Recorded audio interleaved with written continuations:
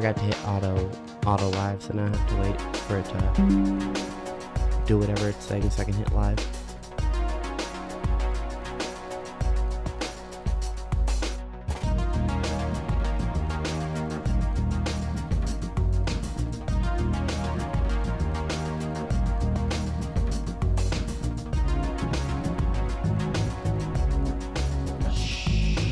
There's an echo.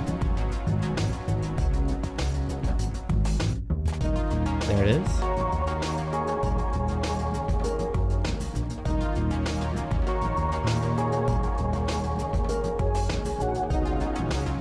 Are we still pre-show bantering?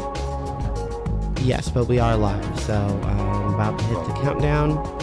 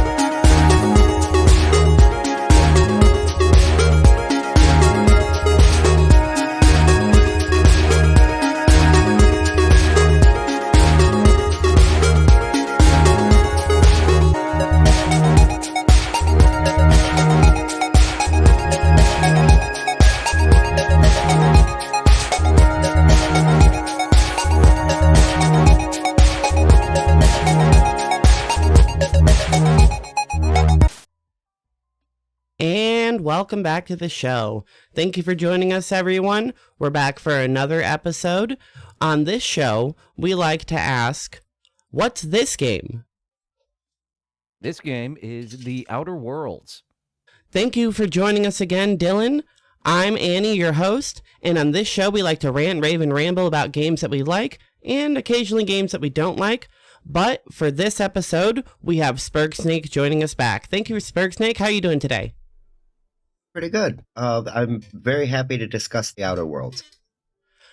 Before we get into it, what are your initial opinions of this game? My initial opinions, it reminded me of Fallout, which I didn't get into at all. There is just a lot of mechanics. People who saw me streaming, I died a lot. For some reason, the first-person shooter I couldn't get a hold of. So my very first impressions is I stink at this game because of all the things that I had to figure out. The inventory, just the relationships. That's a big thing that got me away from Fallout, was not being dropped into this world, literally dropped into this world from freezing in Outer Worlds. And it was a learning curve because I haven't really played a game like this before without just like, I don't get it, and walking away.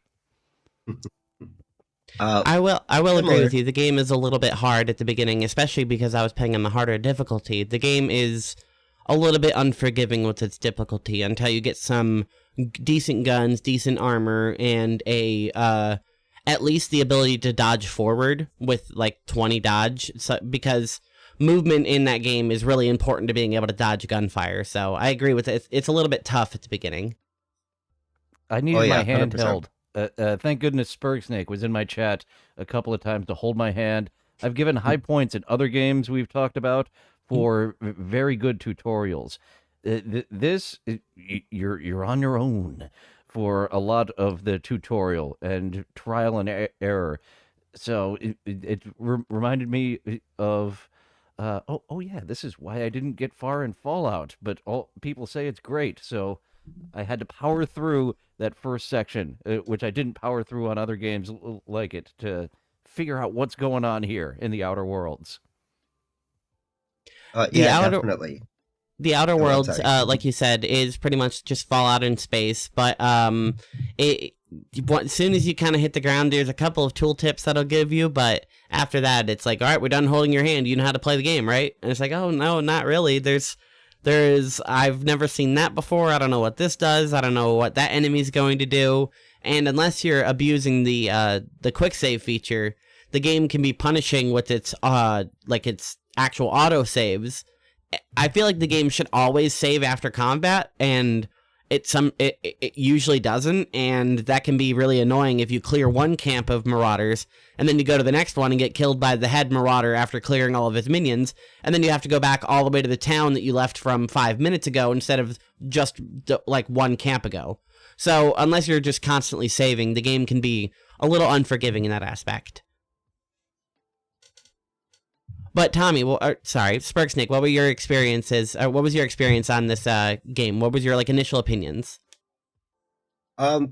It does play very much like I would say the skeleton structure of the game is Fallout. You know, it's very similar in style, but the story is all its own. It's not necessarily space Fallout. It's definitely its own space story contained in the Fallout universe. But not like the rest of it. The muscles and the rest of it are its own thing, and it does feel unique. Even though I said I haven't gotten far into Fallout, it has that same type of gameplay with its own identity. And the choices you make, that's something that I also had to get used to of the choose your own adventure style of, are you trying to be a good person to all these different factions? It's kind of difficult. Who are you going to choose to become more of an enemy of rather than more friendly of? And are you going to try to win them back? So that was something, actually going to the scientific planet and having all those items that you could pilfer and take back. I wasn't really paying enough attention. I was just like, oh yeah, here, I've got your schematics for the gun. Here, have them back, scientist. When it's like, no, that's what you were sent there for, was to take these schematics back, dummy. Don't you remember before? They were like, check it out. I was like, oh, I should have been more of a space pirate than nice to the scientist man. Or lady. I played as a lady. I did the same thing. I turned in all of his research to him, and he was just like, "Oh, thanks, I appreciate it." And I'm like, "Oh wait, wasn't I sent by somebody else to get that research first? Huh? Oh well, you know what? Whatever. Thanks for the gun, I guess." Yeah, old lady Gladys, right? It's she's trying to sell you something for $10,000, but then gives you leads on how to make the money. So. Yeah, that was. I also traded in the schematics for the weapons, and just saved my money. But yeah, you have your choose your own adventure style throughout the whole game, and I love that. That's part of the Fallout skeleton, especially New Vegas. This game plays more like New Vegas than any other Fallout, which is heralded as probably one of the better ones. And it makes sense. It is made by Obsidian Studios. I forgot to hit the little banner at the beginning. This is... Ooh. Oh, no.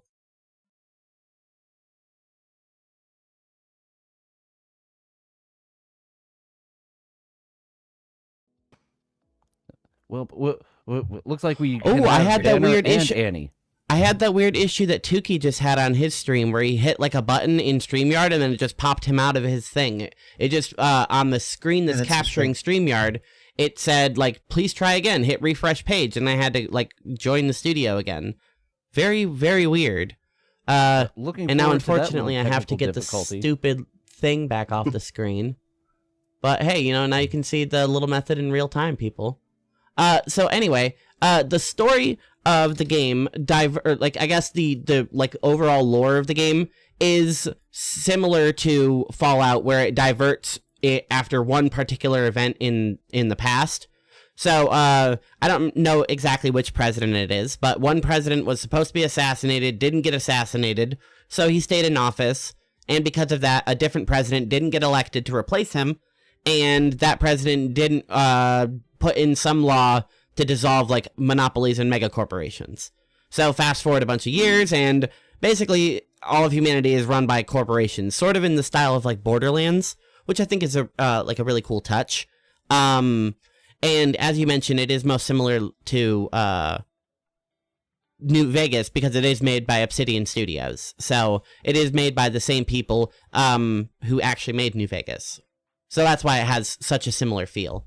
And it has very old school like RPG mechanics. If you look at the skill list, there is so many skills. You have like one-handed, two-handed, you have short arms, long arms, heavy arms, just going down the whole list. You have a bunch of skills. And then you have perk points on top of that. You have companions. So you have a lot of like RPG elements on top of making choices and having like skill checks during rolls. Like if somebody says something and it seems a little suspicious, if you have enough intelligence or perception, you can point it out like, hey, I don't think you're being entirely honest about the situation.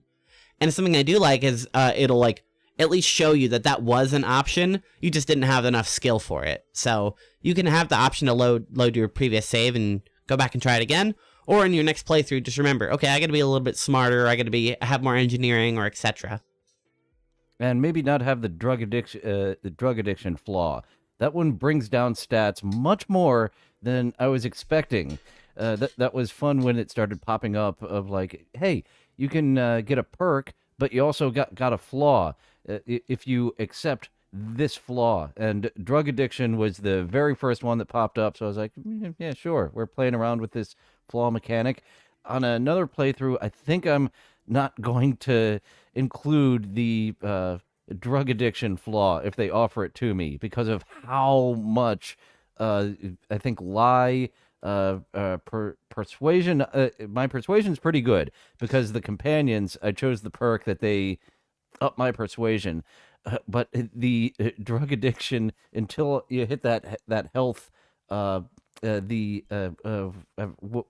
that health pack is called again, Adreno. Your stats, yeah, Adreno. Your stats are going to. It's gotten down to -10. I thought that it bottomed out rather at -6, but it's at -10 was the various stats that the drug addiction took down a good amount of points. I ended up taking the drug addiction flaw, but it wasn't until later in the game, and I already had a stockpile of a whole bunch of extra medicine in there. And a lot of things classify as a drug, so you can use like the ointment, you can use the the only drug I don't ever take is Adrenatime because it has such a heavy crash. I don't like Adrenatime. But I'll do cigarettes, I'll do any lotion, I'll do other inhalants, I'll put anything else in my inhaler except for Adrenatime, and I don't usually drink alcohol unless I need the tiny little bit of stat boost for like a skill check. Eco Pineapple says, note to self, drug addiction equals bad. I hope this isn't clipped out of context. I didn't get the drug addiction one right away. That happened on my second playthrough. The one that I was very much like Dillon, I did not want after I had took it was the robophobia. I thought it sounded funny and it made me laugh. All right, I'll take robophobia. The entire rest of the game, there's nothing but automechs running around, and it drops your stats too much. And I was like, oh, you son of. But there's other ones that the one that I did take that was fair to me was the wasp one. Like, you've been stung by swarms too much. You want to take that perk? I'm like, yes, I do. Oh, yeah, because there's not that many mantis swarms, so that's not too bad, honestly. Right, that was the one I did take. And of course, every time I was fighting any type of mantis, there was a mantis swarm around. Go figure. Monday says, Annie hitting the old whipped cream can for a stat boost. Hey, like in whenever you're a space pirate, you got to do whatever you can for the extra juice. And sometimes it's whippets. That's how it felt. Because he does. It's a big huffy thing. That's where all your medical comes from. It's like inhalant. For me, it was just hitting the wrong button too many times. And hitting that the re-up your health button, that it was like, you've done this too many times. You want a drug addiction? Because it looks like you got one. And just hitting the wrong button got me my drug addiction. So let that be a lesson to you kids. Hit the I right too button. had the same problem. The health was right next to the time dilation, so I kept hitting the health instead of the time. Dummy, and then you wind up a drug addict. speaking of time dilation, that's part of the thing that comes in with the story, so let's get into it. The story opens up with a cutscene of a mad scientist by the name of Phineas Wells approaching the drifting colony ship named the Hope. Back whenever humanity was settling the star system, or the solar system named Halcyon, they sent 2 ships, the Groundbreaker, which made it no problem, and the Hope, which had some problems due to a skip drive malfunction, which is essentially its like warp drive. So Phineas finds the Hope and tries to revive some colonists. You are number 13. He failed 12 times. You are successfully revived from a big selection of people on the Hope. And at this point, you create your character. You get like a couple of different backstory options, which will give you extra stats or whatever, or you can just pick no backstory. You can name your character, and if this is your first time, you don't know what most of these mean. You're like, I don't know what temperament. I don't know. I guess I know what strength is. Okay, perception. Sure, whatever. I'll just pick this stuff. It doesn't really matter, I guess. And then probably 2 hours into the game, you'll be regretting some decisions you made if you weren't already like min-maxing your decisions from the beginning. So you create your character, and that's who Phineas decides to pick off of the rack inside of the Hope. He snatches your pod up, and the board, the UDL, I believe, comes and starts to like harass him because, he's doing, criminal things, I guess. He's a criminal scientist. He flees and skips back to his laboratory and successfully kind of evades them. He resurrects you from your pod using his chemical concoction that he's been working on, and he finally gets it to work on you. And after he revives you, he's like, okay, cool. Hey, I need you to go down to this planet and meet up with my my freelancer, and, off you go, do this mission. And the first time go ahead. That Phineas talks to you again, and he's very delighted that you haven't liquefied yet. That was like, oh, good. That could still be in my future. Maybe that's the end of the game, that I just liquefy at the end. Phineas hasn't figured it out.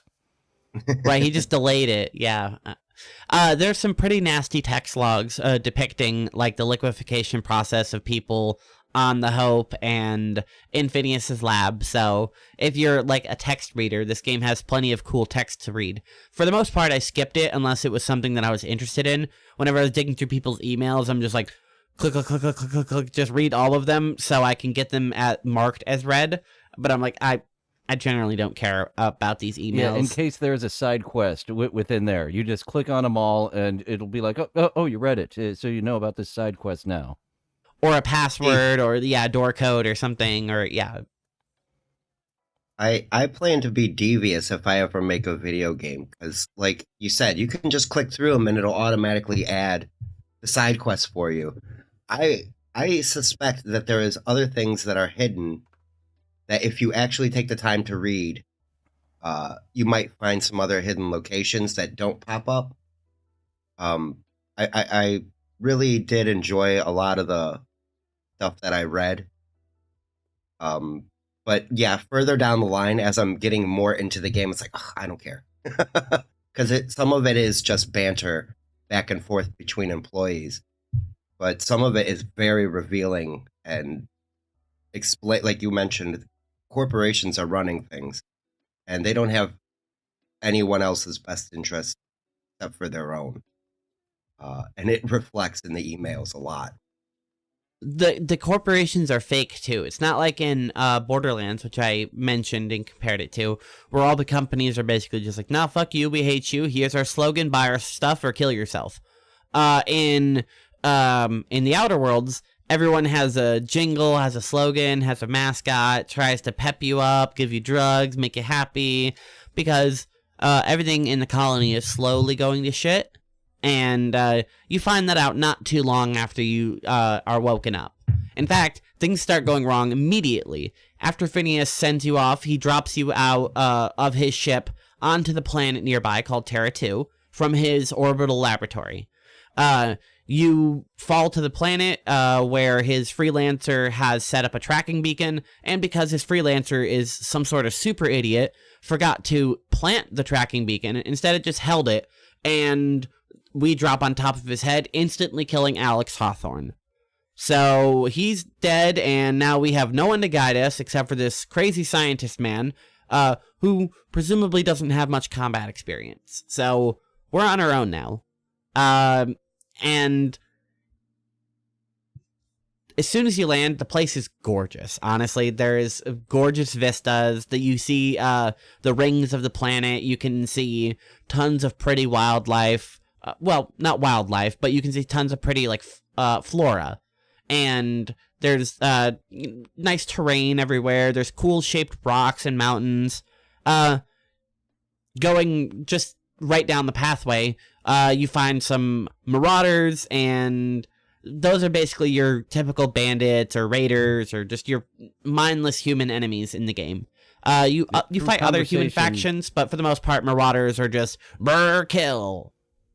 Through conversation, you learn that marauders are thought of as like subhumans. So it's like, oh, okay, if ever I see a marauder, no conversation, because that's what I attempted to do the first 2 times. There's people. Let me talk to them. No, you can't talk to marauders. They shoot. They don't talk. The Peril on Gorgon DLC, which is the first one released in 2020, actually kind of explains the marauder situation and kind of what caused it and what's going on with it. So without spoilers, if you ever play that DLC, it does kind of cover it. We might cover it in this episode, but we'll cover that later, as it is geared for players at level 25. So it's sort of end game content. But anyway, I think I accidentally stumbled upon like the DLC is integrated. It appears, and I started the murder case at the hotel, and yeah, I seem to be not leveled up enough. I just abandoned that and went back to the main storyline when I realized, oh, this is DLC, and I'm getting my ass handed to me much more than I was just last planet. I think I've got to come back here to this murder mystery at the hotel a lot later after leveling up. Yeah, that second DLC is set for level 30, so you can approach it before that if you want a little bit of a challenge. But the first DLC is for 25, the second one's for 30. Having both of them installed, I believe your level cap is 40 or like 42, but it gives you plenty of skill points to max out at least two skills. The skills go all the way up to 150. And there are like incremental perks that you get as you level up your skills. For example, with the science perk, if you level up the science perk to 20, you get the ability to reduce the upgrade cost of certain items. Then you get it to level 40, it reduces it more. Get it to level 80, you do more damage with science tech. So, just really simple things to get it to max level. But the 150 is hard to get to, but typically it's worth it. For example, in the lock picking one, it means you can pick any lock in the entire game, which is really nice. Or if you have 150 persuade, you always can persuade anyone if the dialogue comes up. So there are reasons why you might want to actually go all the way to 150, not just for the perk. Just as a simple being able to brute force any skill check with that comes up. And for me, it was the lock picking. I picked every lock I could, and then I started pickpocketing everybody because I was, especially in Byzantium, like the rich neighborhood. Just, I'll take your money from you. The game is very stealth friendly because there's not much, if any, penalty for pickpocketing or stealing something or breaking in and doing crimes, unless you're just doing it for roleplay purposes or keeping like your stat counter up or something like that.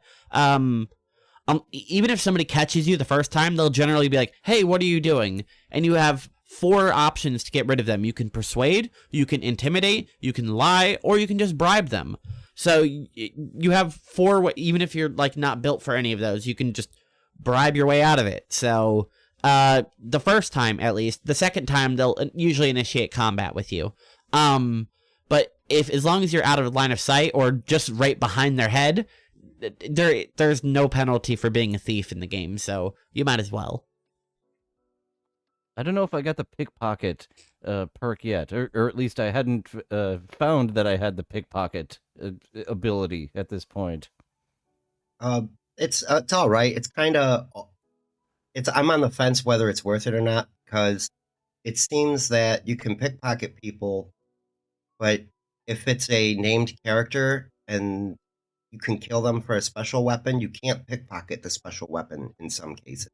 Yeah, in some cases, certain weapons are tied to characters' deaths or rewarded to you after the fact. One of the early characters, her name is Adelaide. If you decide to kill her, she doesn't drop much of anything. But once you return to your ship, you'll find that her garden shears are just mysteriously laying on your desk. Which is cool because I ended up using the garden shears for most of the game. Because on the 3rd tier of your character perk progression, there is a perk that gives improvised weapons 300% damage and 75% extra durability. So it just makes those garden shears, instead of being quite crappy, a brutally efficient weapon. And the reason I wanted to use them is because their unique perk allowed anytime you critical to apply bleeding.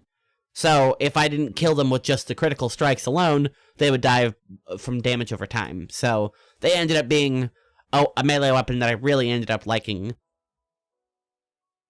Oh, good. There's a ton of unique weapons that you can find otherwise. You can get them through quests. You can find them through vendors. Some weapons are just laying around on the ground. On my playthrough on the planet of Monarch, I was just running through some sulfur pits, and I found a corpse with a gun on it, and it was a modified plasma carbine. It shot a 3-round burst of acid bullets, which was really good because at the time I was fighting creatures that were kind of weak to acid. The mantis. The durability. I don't like that in my games. I've played a couple of games where you have to repair your weapons. It was specifically the guns. I guess when I realized you had to repair things, I'm like, okay, the blunt instruments I kind of get that you need to repair, but repairing my guns after I shoot them so many times, that annoyed me when I found out that gameplay aspect.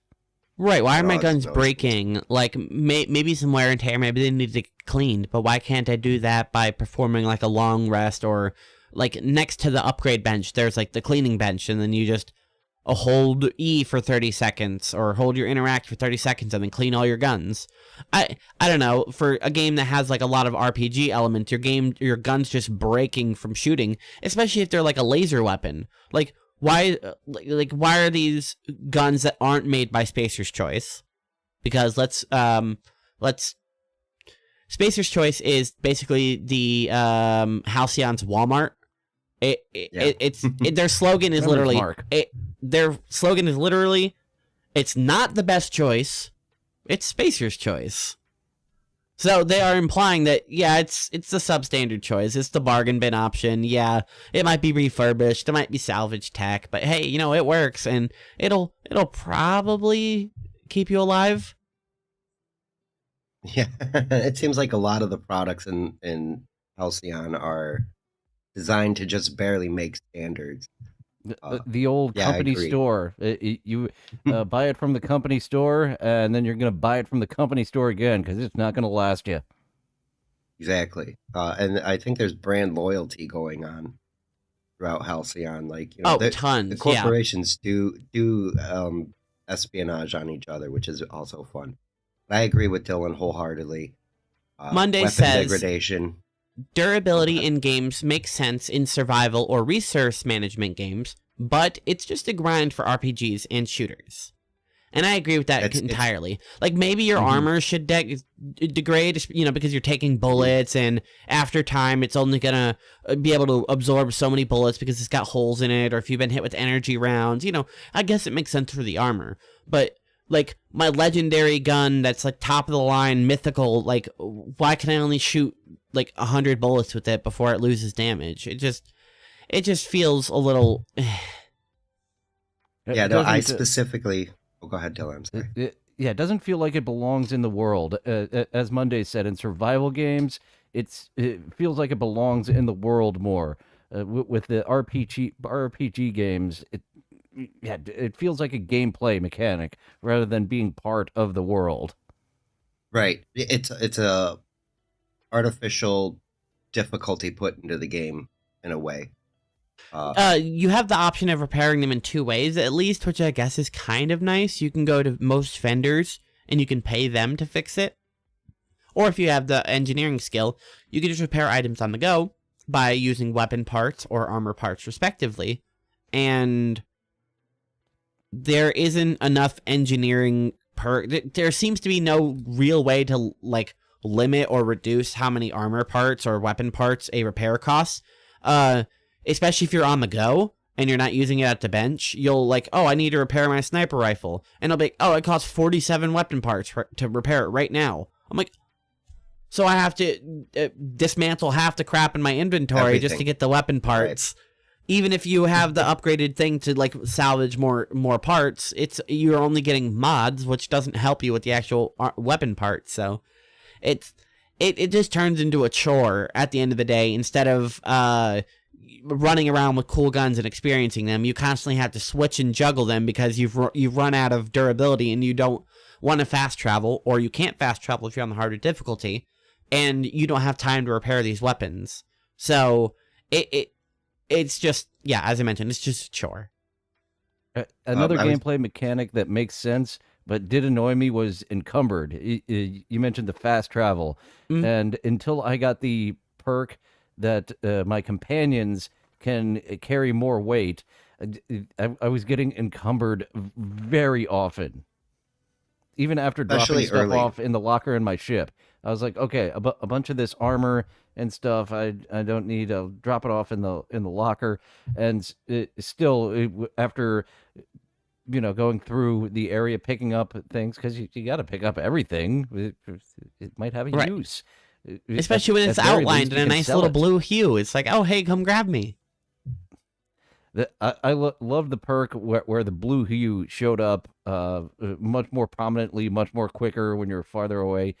It was after that I got my companions to carry more weight that I got the or no, I had already turned down the flaw of encumbered phobia, whatever it was. And I was like, ugh, I'm encumbered all the time. No, let's skip this one. And once they were able to carry more weight, I was like, ah, shit, I should have taken that one. That one actually would have been fine now that they can carry their weight. I would have gladly taken that one because, as I mentioned at the beginning, I did metagame my character and I put a couple extra points into strength because I knew I was going to run into that issue as I did in my first and my second playthrough years ago. I was like, carry weight is annoying, and on the hardest difficulty, I can't fast travel, so I can't just dump off stuff whenever I'm annoyed. So I'm building into strength, and as soon as I get the option, I'm going with every perk that allows for more carry weight. I'm going to make sure I always have 2 companions.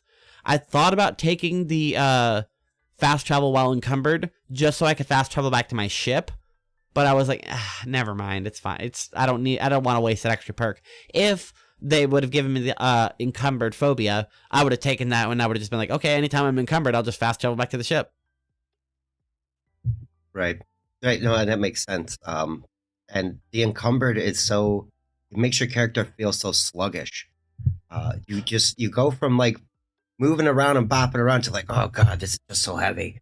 And early gameplay, I was so annoyed with that.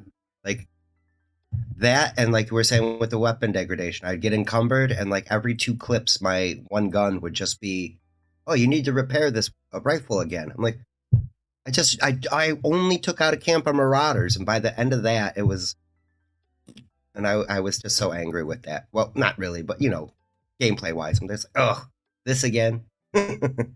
I guess a perk that can make it a little bit more forgiving is if you have engineering, I think to 40 or 60, when you repair an item, it has the chance to be upgraded to the pristine quality, which means it essentially has double durability. The percentage is still up to 100%, but instead of it being 100%, it's basically 200% durability, and it'll just degrade slower. which is definitely really good for your main weapons. And it does also combine with the improvised weapon perk, as I mentioned. Associate producer Ralph says, it was so nice to see Annie and Dillon in Detroit, right? Because Dillon, you were there, remember? Which version of me did he see? Was that a Monday's Dillon that he's speaking of in Detroit? I think he's referencing Birch because that's who came with me, but I think he's just being silly. Okay. It was Dillon Birch that he met in right. Detroit. The alternate attire Dillon. He has a different move set. Like Ryu and Ken, right? Thank you very much for stopping by, Ralph. I appreciate it. If you have any knowledge in this game, feel free to share it, but I'm sure you don't.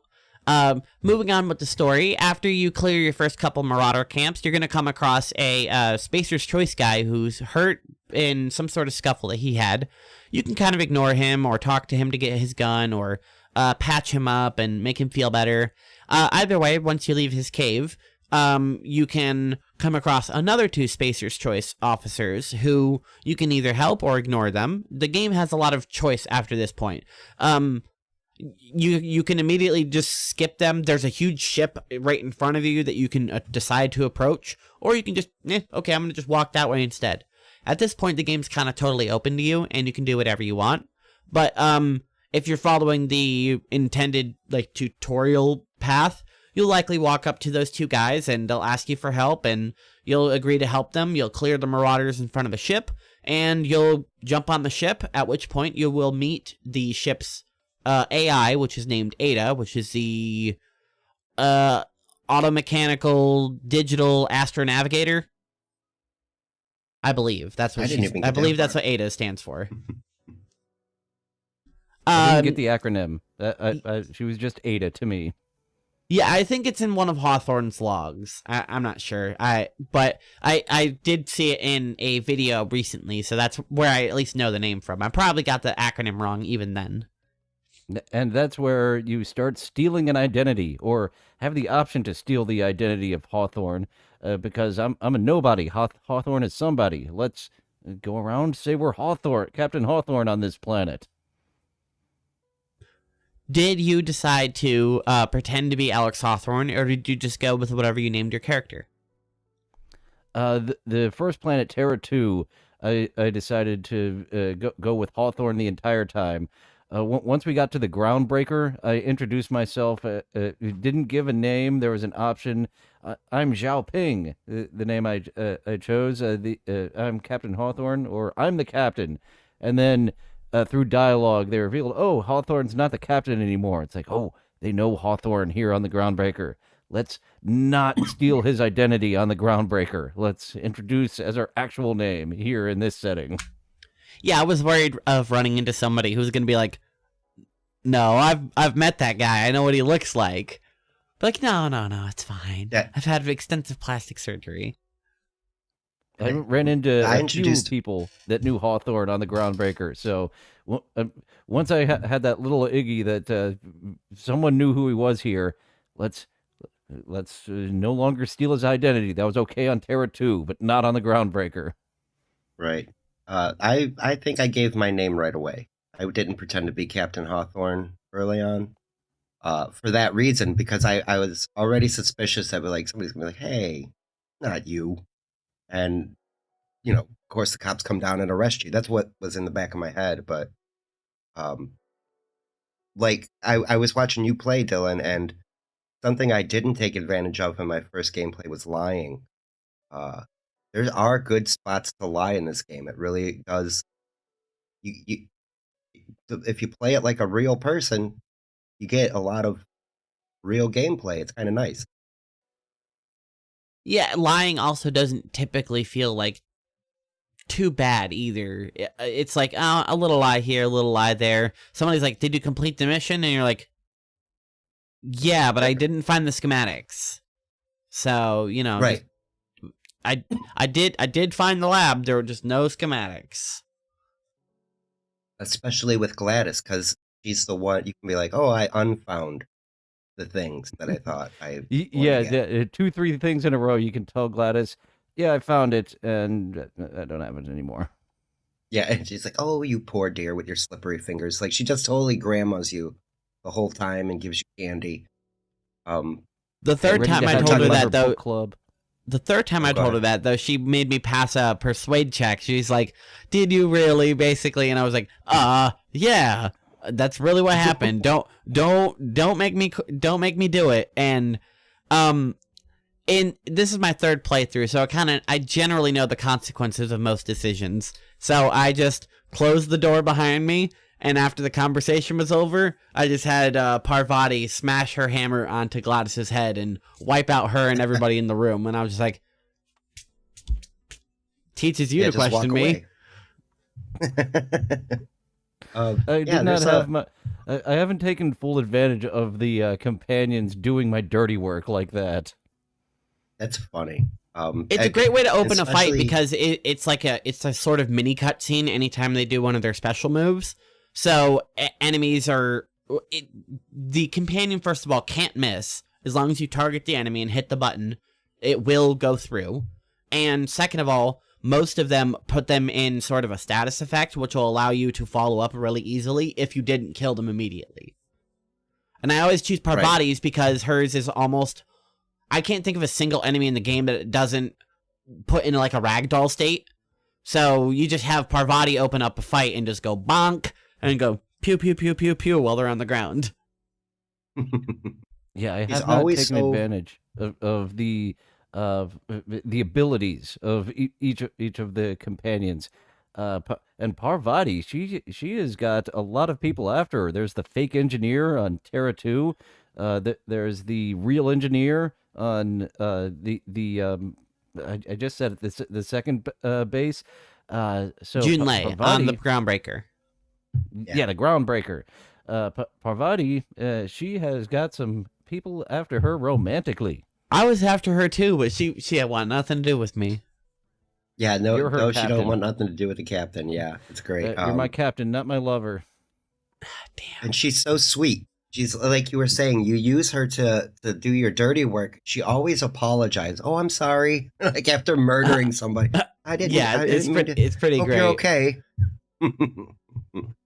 Sometimes she would make me feel bad about my decisions. There were some scientists that I had to do some stuff for, and I did the mission for the scientists, talked to them, they gave me the intel, and then I was like, "Well, time for you to die," and I would chop off their head, and Parvati would be like, "What did they ever do to you?" And I'd be like, "It's a good point, but they never did anything to me, but like, I mean, if you've been paying attention, that scientist wasn't like a good guy, and I'm also not a good guy. So like, it was pretty par for the course that I'm done with the guy. I'm probably gonna murder him. Like, I've been killing people since I woke up out of that cryopod. Something went wrong with my head during that trip. Okay.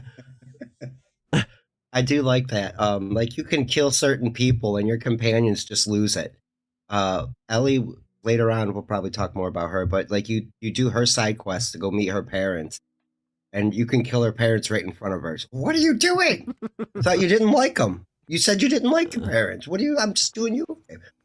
It's so great. It's like it's just everybody. You can just make everybody go, "What the hell is wrong with you?"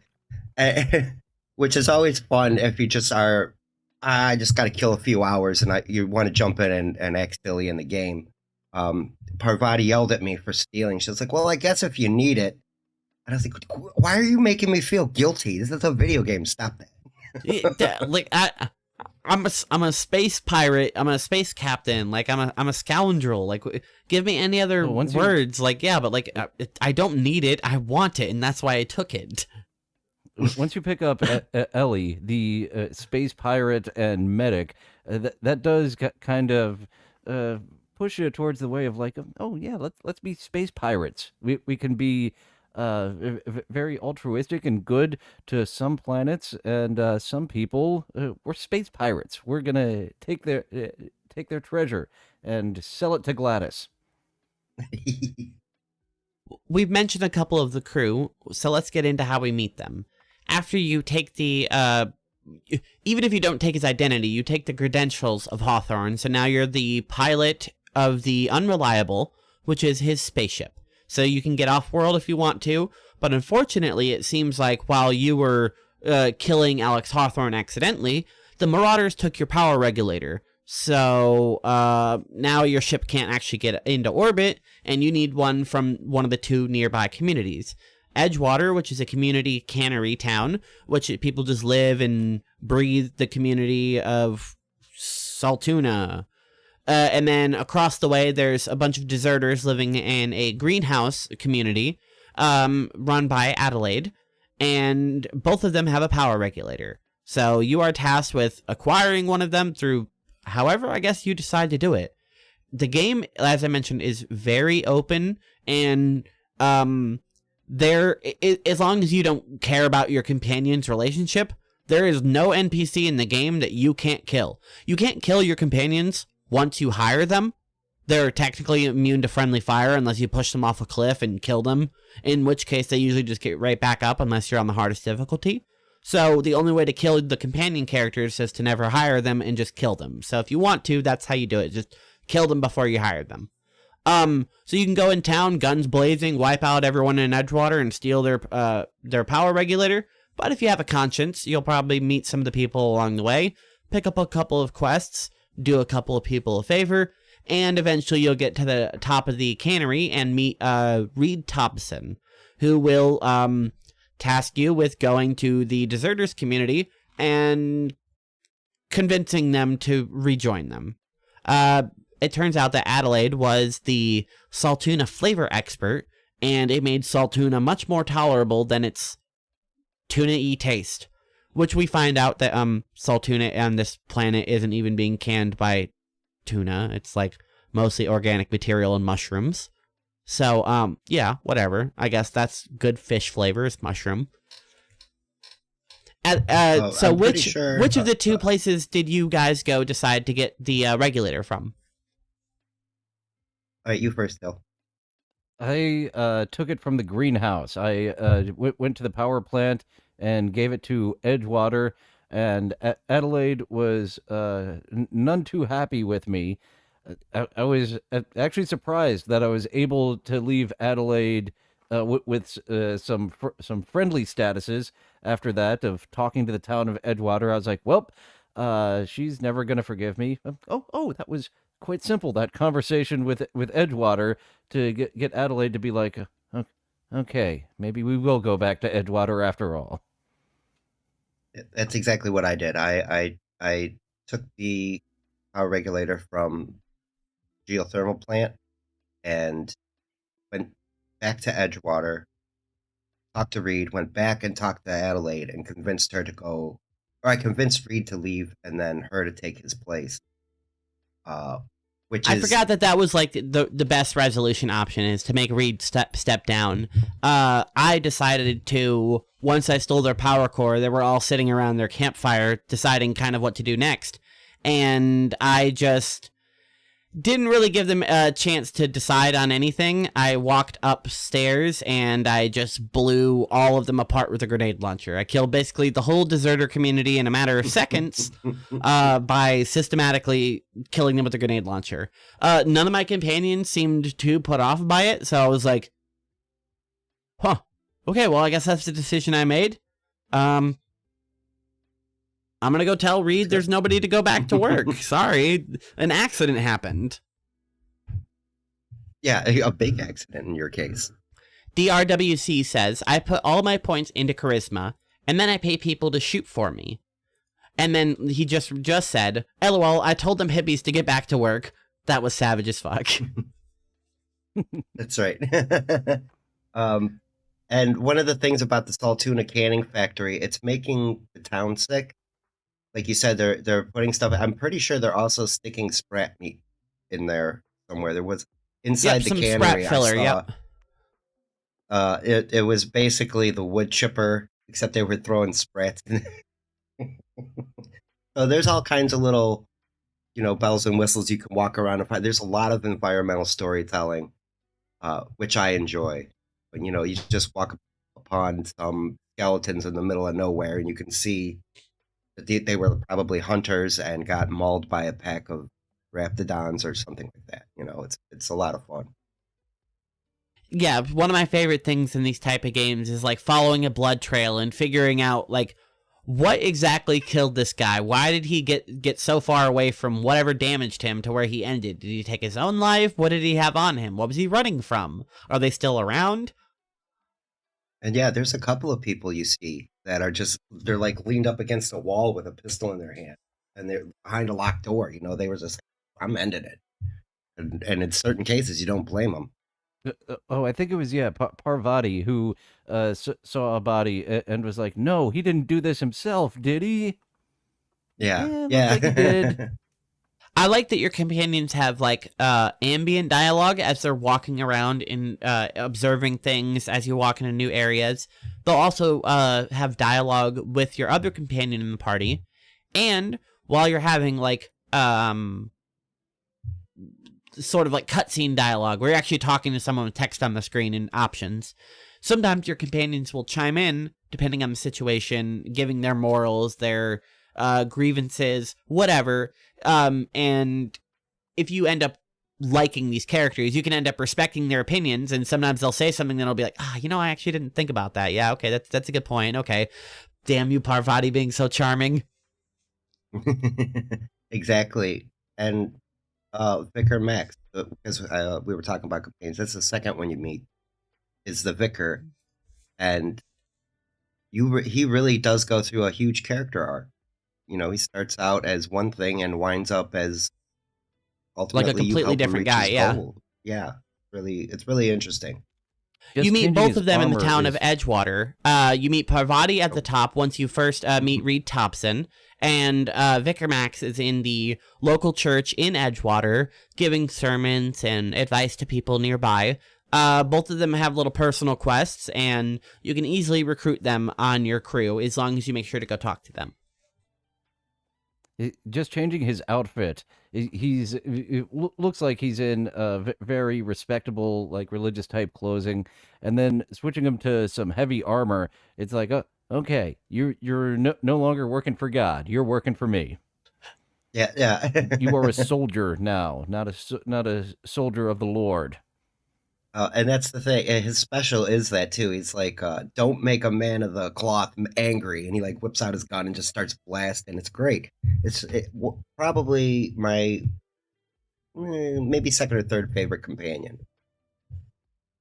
I think you're right. He does have the best like character arc. Everybody else is kind of has an arc, but it's very predictable. Like Ellie, turns out that she does need and want people. Parvati, turns out that she just needed to come out of her shell.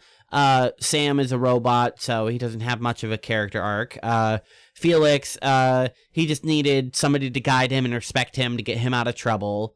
And then Nyoka she just needed somewhere to crash. Honestly, like, she ended up liking you, but really that's kind of how you meet her. She's just like, "Hey, can I join you?" And you're like, "Yeah." Eventually, she'll come up with the dialogue, and she'll say, "So, I've been thinking about it in this like arrangement we had. I don't know if it's like a permanent thing, but it would be cool. Like, can I keep killing beasts for you and keep staying on your ship?" And you're just like, "Yeah, sure. I mean, you're kind of already doing that, so why not?" That's where I'm currently at. Meeting drunken Naoki at a bar, and I just upped her caffeinoid medication and got that for her. So I'm about to have my first quest with Nyoka and help her with her drunkenness, to not be drunk for a couple hours with some stimulants. It took me a while to meet Felix and Ellie, because the next part of the story I skipped. Once you resolve the situation on in Emerald Vale, which is the area you start out in, you get your power regulator, you get the people back to work, you kill them, you do whatever you decided to. After you get your power regulator, you head to your ship and you power it up, and you contact Phineas Wells and you let him know, "Hey, Hawthorne's dead, and I have his ship, and I'm ready to do whatever you needed me to do, I guess." He instructs you to head to the planet of Monarch to follow up on a lead for some intel that he needs. However, Monarch has been cut off from the board, and we don't have a nav key to program our ship to fly to Monarch, because apparently flying manual is not that easy, and it's kind of hard to do, whatever. So, you only have one access point on the planet of Monarch, which is in a abandoned town of Cascadia, which even has on the town name says danger, like danger, don't go here, or danger warning, something like that in brackets next to the name of it to warn you, hey, this is probably a high level threat. Not the place you want to be. Yeah. So he tasks you to go to the Groundbreaker to meet up with the information broker on there, and she will likely give you a way to get the nav key, or just sell it to you outright if you have enough bits. As we mentioned, this is Gladys, and she's the broker on the Groundbreaker. She sends you to the Roseway to investigate a series of leads for her, and because you give her intel, she gives you a discount, or just gives you the nav key right out. Either way, you now head to Monarch, and on Monarch, it is separated by two distinct factions, which is MSI, Monarch Stellar Industries, who inhabit the town of Stellar Bay, and then their opposing faction, which are a bunch of deserters and sort of locals and people who live outside of the walls of Stellar Bay, who have banded together under the banner of the Iconoclasts. They are a bunch of people who just kind of believe in like philosophy and, thinking. They don't really have like a political platform, and they're not really a religion, and they're not exactly a cult. They're just like a bunch of people who are like, hey, we like to think about stuff sometimes. Sorry, I'm being called. I gotta head out. Go ahead. Thank you so much for joining us, Dillon. You take care. Yeah, absolutely. This was a fun experience. I am open to Fallout now after getting used to all this stuff. Thanks for introducing me. Absolutely. We'll make sure to plug you later. See ya. All right. Let me just move the cameras. There we go. Excuse me. All right. And that's okay, because this is basically where Dillon has actually gotten into the story, so he can't go much further in detail. In fact, he just met Nyoka, who is one of the locals in Stellar Bay, who is going to guide you up to the mountain where the radio broadcast station is, who is where the information broker that Phineas wants. So Monarch's information broker is camped at this radio broadcast tower, and he's doing whatever he's doing there. So we have to either make our way there or hire Nyoka, the local hunter and drunk, to guide us there. What did you think once you landed on Monarch? There was a lot of like intimidation put on it beforehand. Like people go to Monarch, and from the Groundbreaker and Terra 2, anybody who had mentioned it, like that place is savage. And for the most part, it is. You were talking about wildlife earlier, and Monarch is the one that has probably the most wildlife. I think it has all three: primals, mantises, and raptidons. And it was probably this is the first challenge in the entire game, really. Like it had been on mostly autopilot tutorial mode. That's what that first decision where you get your power regulator is. It's like the game's teaching you can pick either. This is how you negotiate. You could either pick somebody or take somebody out, or broker a deal if you can. And Monarch is just, here you go. Now you're really out in the world, and see if you can survive. That's probably where I died the most right away. Other than the first batch of marauders I tried to kill on my own. I would probably agree with you. As I mentioned, I skipped the step where you go and meet Gladys on the Groundbreaker. So not never. For a long time, I didn't step foot on the Groundbreaker, which means I didn't get the pleasure of meeting Felix, being chastised by some security officers.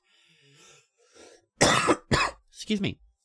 And I also never met Ellie, who was in a medical bay looking for one of her friends who was apparently in the infirmary in the back.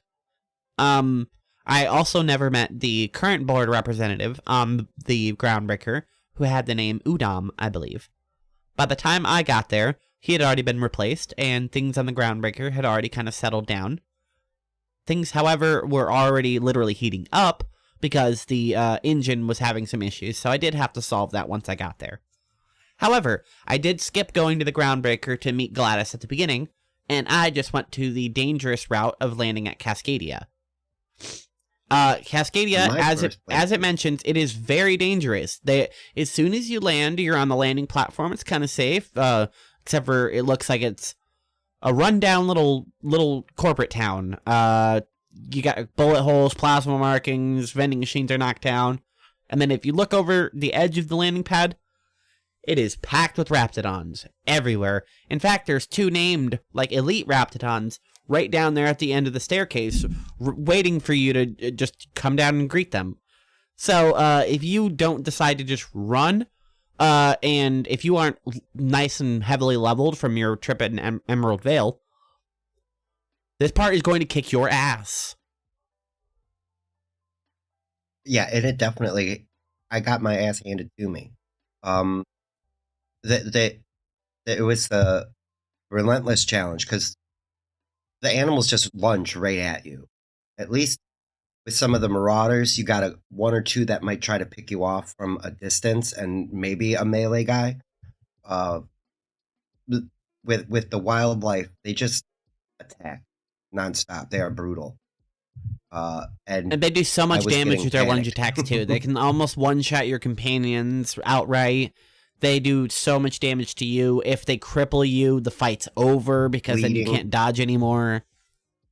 Right. Oh, yeah. And that was probably, Monarch is the first real challenge you get. After picking up a couple companions, you should at least, like you said, you can skip a couple. You don't even have to take Felix. You can just tell him to wait here. But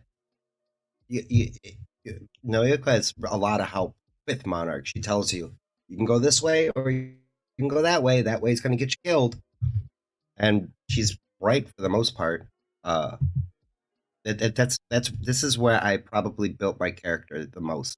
You start leveling up a lot more, discover a lot more, and you have way more space to free roam.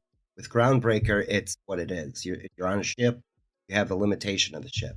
Monarch is like an open field. You just have to watch out for the sulfur pits. Just about anywhere.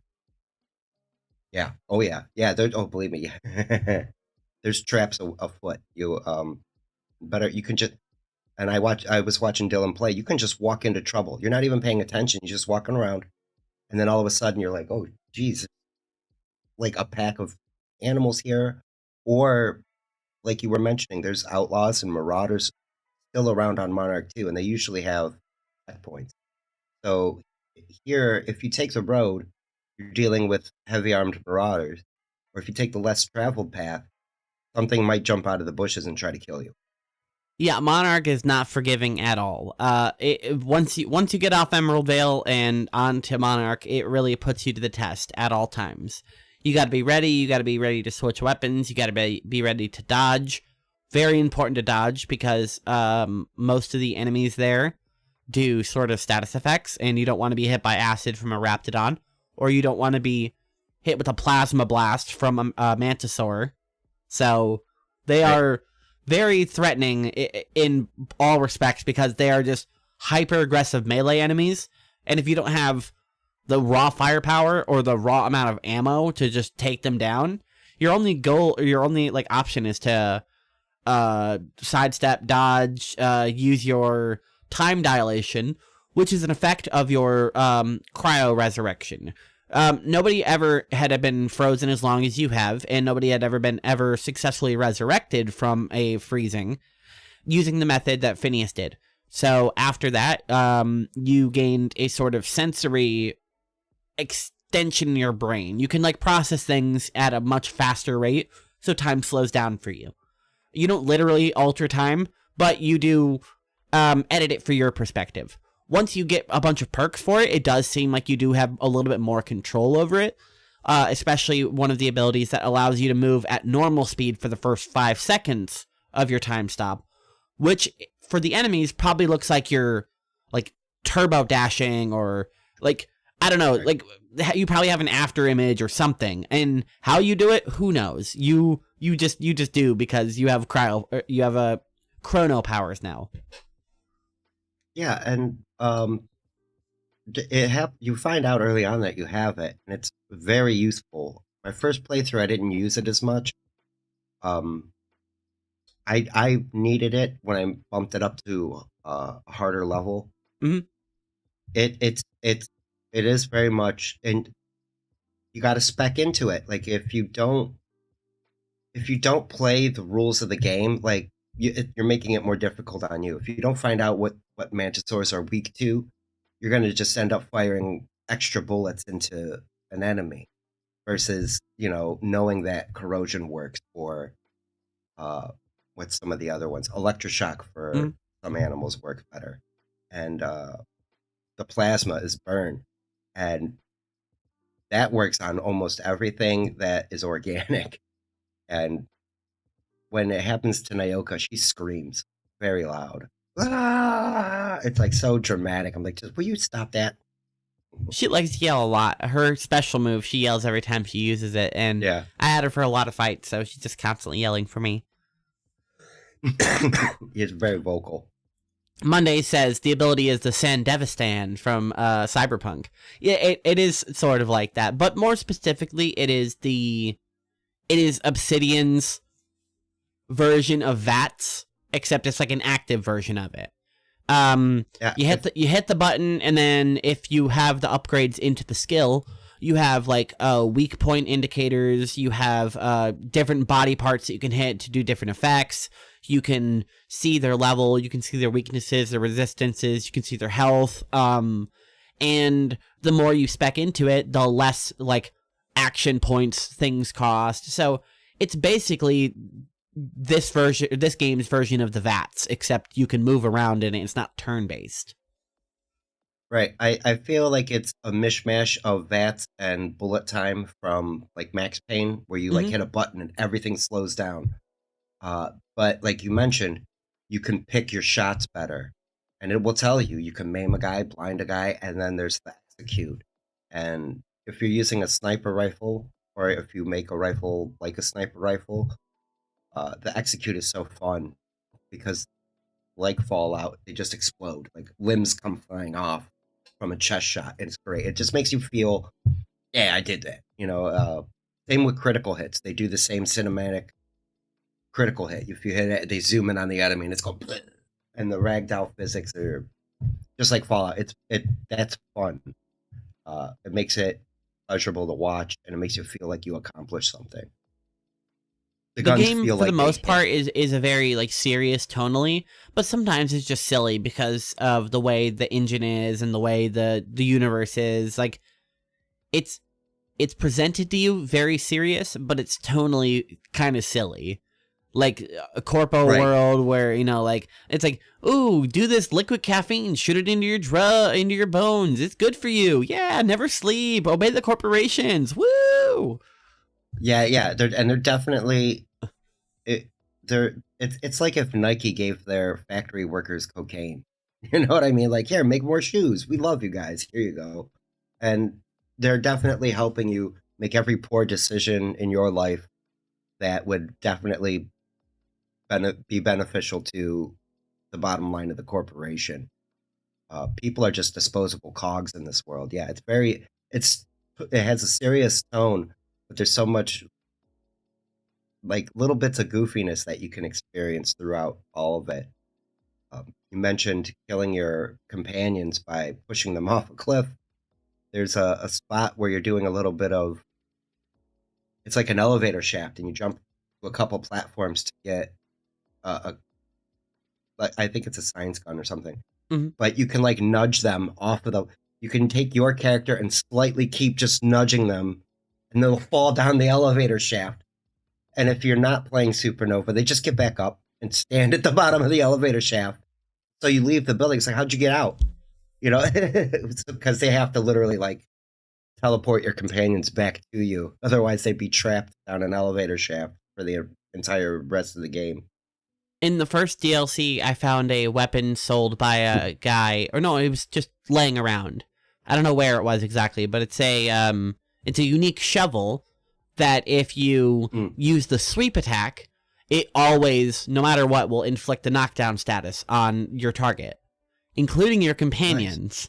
So you can be standing on an elevator and just do the sweep attack and knock them on their feet, and they'll be like ragdolled on the elevator, and as the elevator's falling, the companions will think they're falling, or as the elevator's rising, the companions will think they're falling, and they'll just be screaming constantly as the floor's pushing them upwards, and they'll just be like, ah! It's like, get up, calm down. Great. All I did was hit you with a shovel. No, I was watching you play. You're quite the abusive captain. Or at least that time. Monday says, I know there is an NPC that took on another character's debt when he committed Sudoku, because she was his closest living relative. But they weren't related. She was just the closest living person relative to his body. Oh, damn, right. That's shame. He just got inherited a bunch of debt for no reason. Ah, damn. It was what's her name? She was the foreman at one of the canneries, and the guy commits suicide. Oh, I gotta watch my language for YouTube. Or whatever. But yeah, she was the closest living person in proximity, and so she has to pay the burial fees. And the doctor of the town, who's also the barber, or the mortician and a barber, I suppose. He spoilers. He's like, well, it turns out he killed himself from a drug overdose. The drugs caused him to commit suicide, so it wasn't technically a suicide. Otherwise, the whole town had to pay for damage to company property because they let it, because he killed him. Oh, jeez. I was like, well, are you kidding me? So company loophole, everybody's just like, all right, quick, sweep it under the rug. I like that. Yeah, exactly. There's so many subplots that you can easily miss, especially if you're just like going through dialogue quickly. Yeah, and that's what my first playthrough, I did miss a lot. And then I saw some other side quests that I could get on my second playthrough. And other things that I didn't think about doing, like going back to talking to the original person who sets the quest instead of ending it at the destination. Sometimes you can just solve it right there. Oh, I'll run away. And you just tell them I ran away. Okay. Instead of like working out a deal in between two factions, you can just end one of the factions. Yeah, I like how much of the game can be solved by just dialogue. You can just be like, okay, well, what if I just lie? And it's like, oh, you do that for me? It's like, yeah, why not? Like, who cares? Like, I'm nobody. You're nobody. It's fine. Yeah, and that's what my first playthrough, I was playing it very straight-laced, and I wasn't doing any of that. Persuasion mostly, but now I'm more apt to like intimidation and lying because they do get good results depending on where you use it. It's not always like a negative thing. Very little people have like big consequences for being intimidated or like lied to. Most of the time, it'll just be like, oh, I can't believe you did that. Okay, well, moving on. Right. Yeah, exactly. Or with stealing, you could just tell them, like, I'm not doing anything. And they'll be like, okay, we'll leave it alone this time. But like you said, you can't get caught too many times in a row. Otherwise, everybody just loses. This guy's a jerk. And then we try to kill you. I think Monarch is the biggest set piece in the game. It has the most going on in it, and it has the most areas to explore, both named and unnamed. It has 3 sort of unofficial towns. It has Stellar Bay, as we mentioned. It has the Iconoclast camp, and then it has Fallbrook, which is a nice little like market town operated and hosted by Sublight Salvage and Shipping. Right. And then there's also Cascadia, which is a rundown and forgotten town owned by the Rizzo Corporation.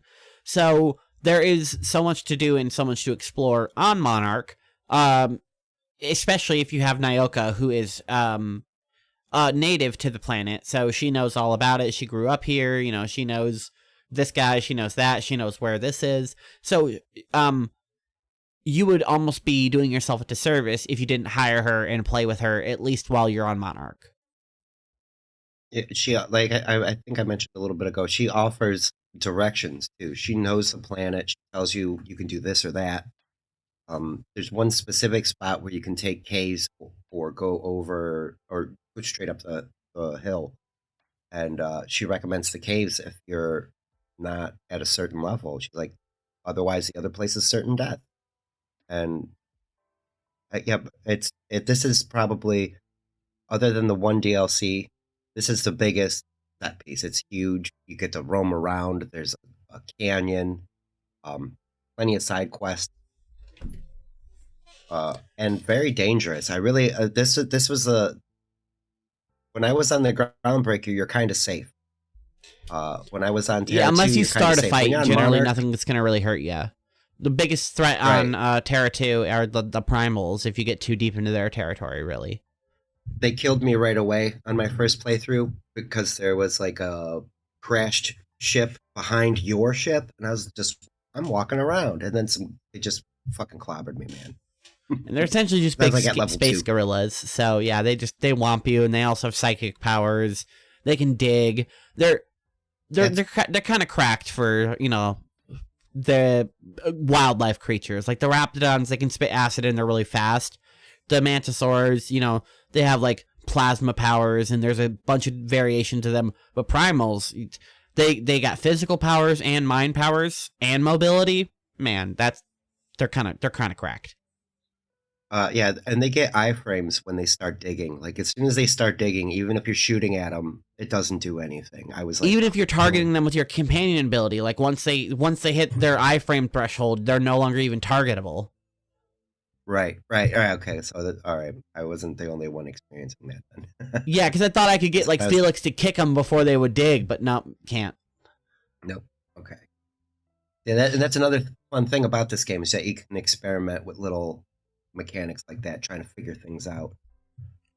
Whatever way you finally get to Stellar Bay, you will meet the head of MSI, who is Sanjar. He is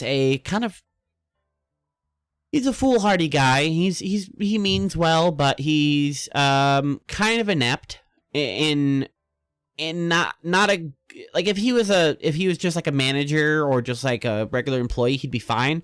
But the fact that he's in charge is kind of a detriment to everyone around him, and is probably the reason that he's in the situation that he is. He is basically has his handler Celia kind of remind him constantly to keep him on focus, to not be so spastic, and to be overly hopeful. So she's constantly dialing him in, and honestly should probably be the one in charge, except she doesn't seem like she could handle it either, because she's also just a little bit too chipper. I don't think she has the realism in her. I don't think she has that. I don't think she has it.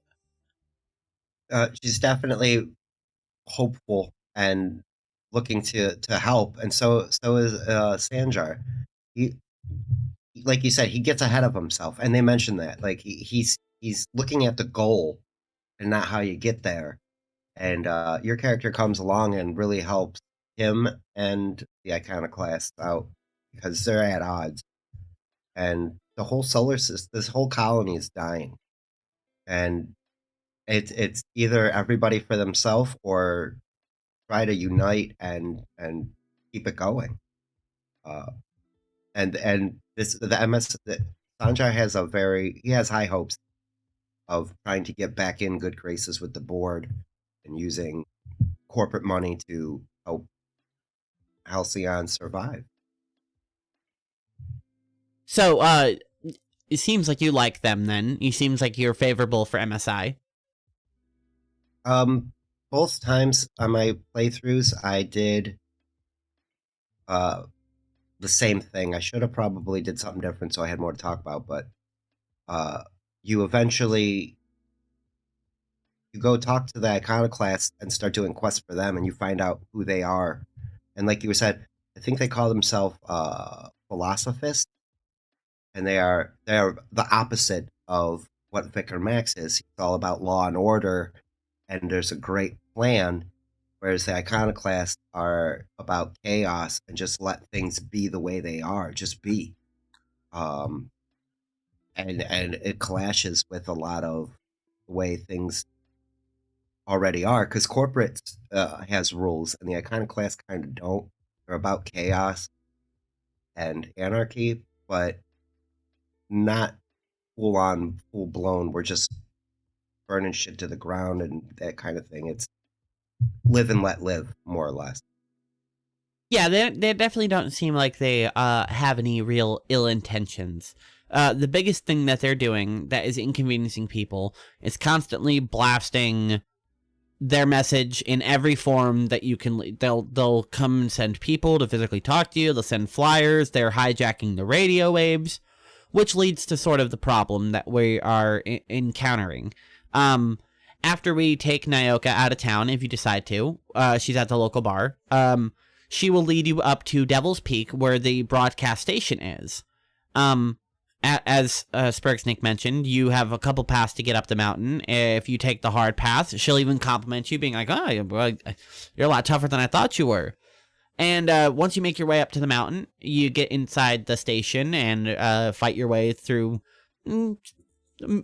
typical enemies. You know, a couple auto mechanicals, just regular marauders, whatever. Some wildlife, no big deal.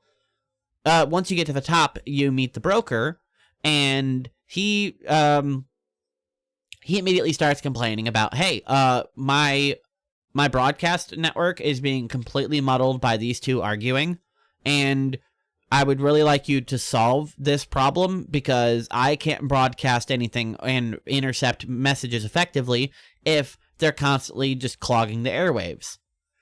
So you have now been given the mission to go settle their differences. Whether you wanted to or not, whether you even interact with them really, you now have to go talk to either of them to kind of convince them, hey, stop broadcasting, clear the waves, or I'm going to blow your heads off. That's basically the two options you have. So they say, sure, we'll stop broadcasting, but you have to do this for us. And the Iconoclast wants you to go set up a printing press for them, and the MSI want you to... They want you to get some sort of review. So they want you to go to Cascadia and get some information. Yes. You get stuff off a terminal. Oh, no. It was... Yeah, I can't remember the name, but it's like an acronym. It's something. And you think it's a weapon, but it's not a weapon. Oh yeah, it's like a file form to submit his like reapplication to be a part of the board again. Right, but he calls it like a boss 1. Bolt 52, like I think. That's what it was. Bolt. It was Bolt 52, which is a form that gets him blah blah blah, and he wanted you to delete his employee peer review or yep. Yeah. And so you can use that as leverage against him, you know. And you also find out the second in command from the Iconoclast was working at the same place Sanjay was working. She also got a employee review, and it suggested that she should get a promotion. Yeah, Zora is a really good character, and I feel like she's the only one that's level-headed over there at the Iconoclast. Everybody is very idealistic, which is kind of their point, but you have to be... You have to have somebody set in reality that's constantly working towards keeping the movement going and not just the movement. The movement is just as important as, hey, how do we eat tomorrow? Right. And that was a big thing for the Iconoclast. Their leader, Graham, is a huge zealot. He's just focused on the message, getting the message out. He's not focused on taking care of the flock. Whereas Zora kind of is like, hey, dude, they're almost similar factions except for their ideology. There's a second command keeping the crazy. But Sanjay isn't as crazy as Graham, but he's also has the same idealism and lack of focus to get to point B. They're two sides of the same coin. Right, exactly. And this is probably why it is one of the bigger set pieces and more. They do have issues here, and they're cut off from, like, I guess Earth hasn't been helping or sending. People are just leaving, and there's nobody there to keep it going, and the ones that are staying behind are not doing so hot. Yeah, everything is slowly dwindling, and everybody's reaching towards a zero sum. And it's because a lot of the information is being obscured, as well as just a lot of just petty fighting. Like, hey, who gets to broadcast on this wave signature? Well, make a second radio tower. I don't know, guys. Focus on like solving the problems instead of just fighting. Like, but the resources are so limited that not everything is that easy. So sometimes you have to walk in and talk or literally beat sense into people. Yeah. On the side of the iconoclast, you basically are given the option to kind of replace Graham by, well, I mean, forceful resignation by means of bullet. He doesn't go peacefully, so you basically have to kill him, and then Zora takes over, and the two kind of agree to stop broadcasting. And while all of this is happening, because there's not enough going on, a gunship falls from the sky, and it crashes nearby, and both sides of the coin want something from it. They basically want the guns from the ship and say, hey, if you give our town the guns and the targeting card, we'll be set and we'll be good. I'm like, yeah, but what if one of you goes crazy again and decides to like become like a military fortress? Then you're just gonna no. There's too much. There's too much at stake here with these guns. So I personally decided to give them to nobody. Yeah, I think that's what happens. If you decide to try to broker between the two factions, you wind up at an OSI church. And you're there to oversee it. They let you mediate the game itself. I mean, like, you get to say things to Zora to try to help her see Sanj's point of view and vice versa.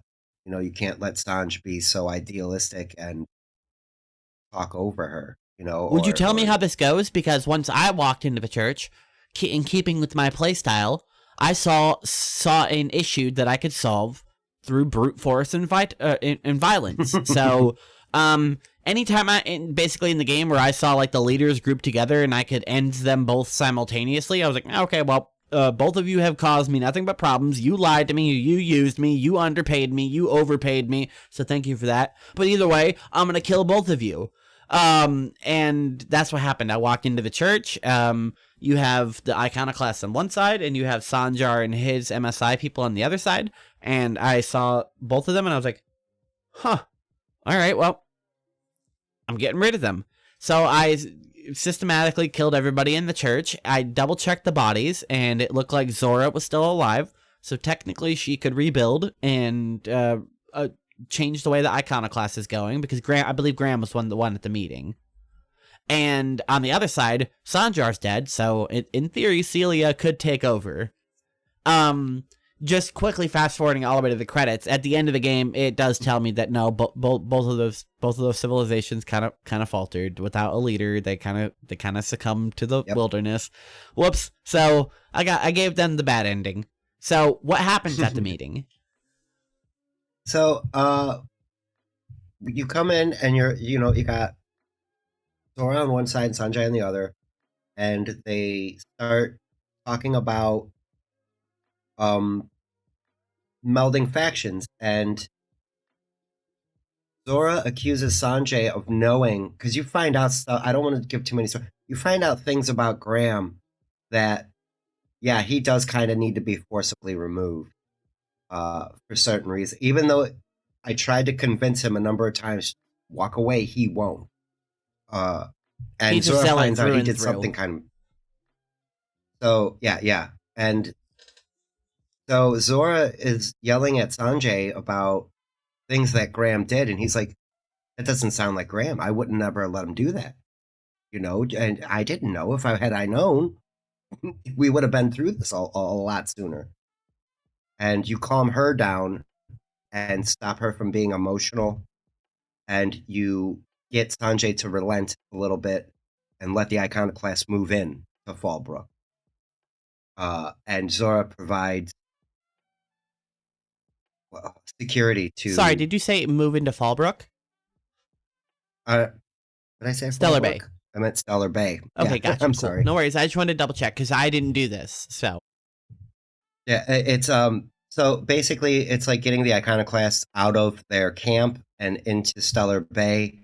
Like the elders that are in the camp and using the younger soldiers as an escort for Sanjay's emissaries to go out and come back and make supply runs and stuff. So they do come together. They do work That's a out. good use of them. They do have wilderness experience. They're used to doing running and stuff. And like you said, in the end cards, they get a nice little happy ending because they work together.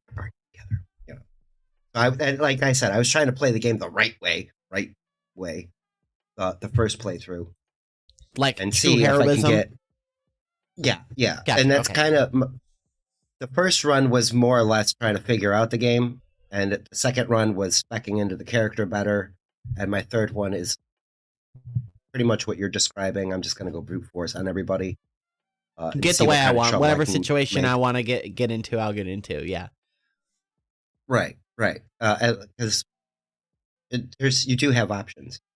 And this time I'm looting the shit out of everybody. I'm just taking everything I can. And like you said, you can steal a lot without consequence. But I swear there are some things that are set in spots that you're going to get caught. There was one health thing in a bin, and there was a guy, it's in Byzantium, they had that little river. He was way over on the other side down a level, and he ran all the way around up some stairs and caught up to me. Why'd you steal that? And it was literally one syringe of health. Like, come on, man. But I was bleeding. What do you want me to say? But and again, if somebody sees you doing that, they're likely to say something.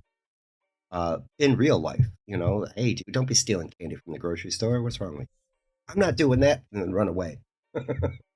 Problem is, in this game, once they have that little, purple exclamation mark above their head, if you run from them, it'll turn it into combat no matter what. You can't just be like, nope, I didn't do it. They'll be like, kill him. There's one thing I wish I would have recorded that I stole, and yeah, it was pretty much that. In the bar on the Groundbreaker, there's a poster on the wall you can steal, and there's no way you're going to get it without somebody seeing you, because there's three people right there. So what I did was, in my mind, it was like this: I ripped the poster off the wall, ran out the door, and ran right to my ship. Got on the ship and flew away. But there's a crowd of like, "Oh, you son of a bitch! You stole our poster!" I was like, "Leave me alone." But yeah, I do like that. There's less fun. Unless the factions get to the reputation of kill on sight, most people will forgive you in a matter of days. Sometimes it takes a long time, but generally people will be like, all right, you're okay. We do appreciate you doing us favors and giving us tons of bits, so thank you. Yeah, especially, that's what I was just going to say. You're always helping out more than not. So give me a free post, you jerk. Regardless of how you decide to resolve the situation between the two factions, once you clear the airwaves, you head back to the broker, and he finally intercepts the message that Phineas had sent you to all along. From the very beginning, once you landed on Eden, your mission was to meet up with Hawthorne, go to the broker, and get the message, so then Phineas can find out where a batch of chemicals is located. Because he needs more of the chemicals that he used to revive you, because you weren't the first, you were the 13th, so he's kind of out of chemicals at this point. The DRWC show says, my favorite is fetch quests with rewards being the thing you went to fetch. Yeah, that's good. You'll be like, oh, I need you to go fetch my my mother's legendary hat. And it's like, oh, okay, cool, sure, I'll go get it. And then you bring it to them and be like, I remember my mother so much. Thank you. I love you. But I have to part with her. If you love something, let it go. So you take her hat. And it's like, yeah, you get her legendary hat. Thanks. Cool. I could have just kept it, but at the time it was a key item and not an inventory item. So damn you, game. Yeah, I know, tricking you, right? One of the, it wasn't necessarily a fetch quest, but it was the old lady who wanted her son to come back home. Mm-hmm. You could either beat him up and take his ring and be like he died, or he'll give you his ring, or you can convince him to go back and see his mom, and that's what I did. And then I ended up stealing his ring out of his pocket anyway. And it's a quest item, so it sits in my inventory now. With Just as a reminder, nice. Yeah, exactly. But I do enjoy a lot of the side quests in this game. They're a lot of fun. There's some silly characters. There's so many side quests. Like, we are wrapping up the thing on Monarch, the planet. We're about to head off and do Phineas's next quest, which is like the main story. Yes. And we didn't even go to Fallbrook. Fallbrook is a small little side town, which is like it's inside of a canyon. It's not really a cave, but it's like a big crevice in a wall next to a creek, and it's well walled off. It's well fortified. It even has a landing point because the canyon opens up big enough just for a ship to land kind of nicely. It's a beautiful town. I actually love Fallbrook. The Groundbreaker and Fallbrook are two of my favorite locations in the game because just how colorful and pretty they are. They're also full of life and people. It feels lived in. Yeah, There's also a lot of sprats running into the around, so you can tell Groundbreaker. that it's also not the cleanest. You know, you can tell it's like lived in. It's just like, oh man, they can't even afford to like hire an exterminator to kill these people. They probably don't even spend the bullets on him because it costs more to dispose of the bodies than it does to just let them run around and eat trash. It's a waste of company ammo, which is one of the things that a lot of the soldiers, the generic soldiers, will say. They're helping you out. Fallbrook will give you a couple of quests, and you'll meet up with the sublight representative there, Catherine. You can choose to do stuff for her. Further down the road, there is a old Borst factory, which is there is a creature called a cysty pig, which is just a pig that has like tumors constantly growing that are delicious. So people farm the pig's tumors and the meat once the pig starts to die, and they turn it into Borst, which is just like fancy bratwurst or whatever. The packaging plant shut down, and a man named Clive moved in, and he kind of took it over and started it up again. He, for the most part, is running it pretty by the books. He's got the Borst. He's feeding them. He's trying to keep waste to a minimum. He's got auto mechanicals minimizing human error, and he is also cutting the competition by literally cutting them up and putting them in the Borst, making his Borst even more meatier and juicier and more nutritious because the people had nutrition in them. And that's a big issue that's going on in the colony, which we'll find out in the next section we're going to. Once you solve the issue however you decide to, you can shut down the factory, you can sell it to Catherine, you can kill Catherine, whatever. It's a really fun side quest, however you decide to deal with it. What did you do for the factory? The first time I went through, I'm pretty sure I sabotaged the pigs, and it shut down the factory because Dania doesn't have any meat. I don't think I got anything for it except a reward from Catherine. The second time, I made my way up to Clive and spoke with him, and you can broker and keep both people in their spot. And so that's what I did. And so now Catherine gets to dump bodies every Tuesday at 3 a.m. and he gets to keep making sausages. But it also said I botched the kill Catherine thing. He offers in Yeah, that's one of the few quests I actually ever failed in the game is kill Catherine. But I was like, hey, Catherine, this guy wants me to kill you. And he's also sort of willing to do a deal. So, like, you want to do a deal with him? And she's like, why would I? And it's like, because it's a lot of effort to do the thing you just asked me to do. And he's willing to make it no effort for you and also provide you a benefit and also money. And she's like, huh, yeah. That's a really good business proposal. I said, all right, take it. And so once you convince her to align with Clive, you failed the quest, not actually complete it with another, like, method or whatever. You literally failed the kill Catherine quest. So it's like, oh, okay, well, that's fine, I suppose. Yeah, that was, because then it says botched on your list. And you're like, I didn't really, did I? But technically you did. Well, I mean, yeah, technically your one goal was to kill her and you didn't, so. I mean, but if I killed her right now after the deal, did I still botch it? I mean, I killed her. Oh, speaking of killing after the deal, that's what I tried to do, and I couldn't because they just mowed me down every time. I brokered the deal between Sanjay and Zora, and they're all walking out together, and me and my infinite wisdom was like, I'll just see if I can mow them all down now. And it was no, because they all Sanjay, believe it or not, pulls out a pistol and starts defending himself. Of all, I didn't think he would. But yeah, like literally, both MSI and the Iconoclast start opening fire on you and your companions, and it's almost instant death every time. I tried it like 4 times in a row, and it wasn't happening. You gotta Same have some here, serious firepower to take out a crowd like that. Yeah, and that was my issue. Same with Clive and Catherine. I don't think I had the firepower to take out Catherine if there were too many people around. After you are given the information about the location of the chemicals, you are given a flight pass to Byzantium. Depending on some of the situations you've got into at this point, you may be contacted by a member of the board and asked to sabotage Phineas. You can go to his lab and put it like a tracking device in his computer and kind of start working for the board. You can decide to do that at any point. You know where his lab is, and you can fly there. And if you decide to, you can even go up to Phineas and tell him, hey, the board wants a tracking device in your computer. And he'll be like, all right, do it. Here's a corrupting signal for it. So, like, corrupt it and go ahead and do it. It'll buy me some time, and the board will think you're working for them. So it'll be fine. Did you decide to do that? That's what you just described. I told Phineas, and he was like, okay, we'll let him capture me, and then you can work on it from there.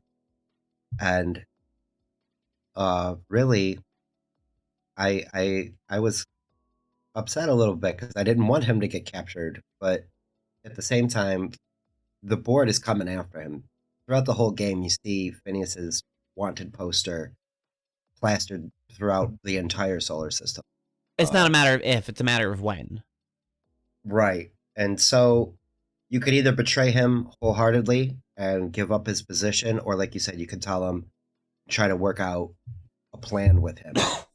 The board is really not happy with anything that's going on in the entire solar system at the moment.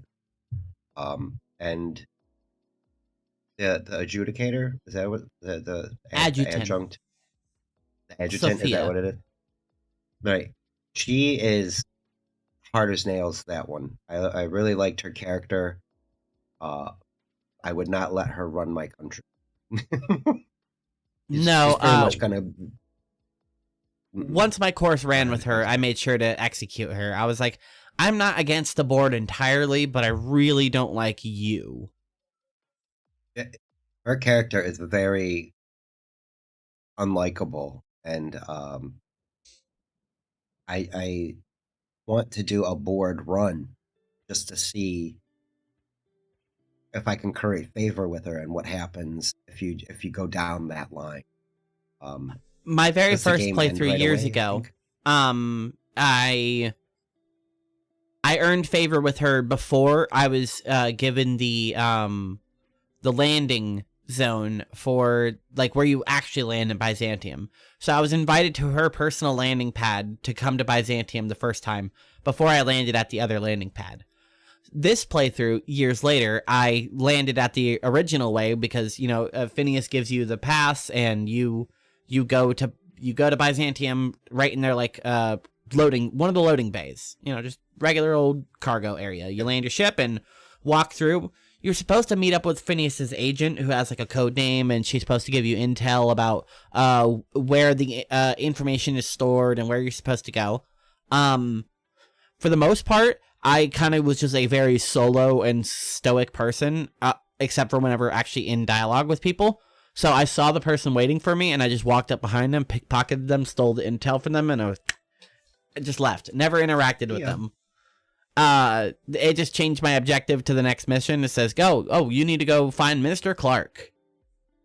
Yeah. That's, you get the intel, and you got to go find Minister Clark. The dialogue with Phineas's contact, he is very enthusiastic about being a secret agent and offers everybody code names. Mine was Cuckoo and hers was Golden Eagle, but I convinced her to switch. She can be Cuckoo and I'm Golden Eagle.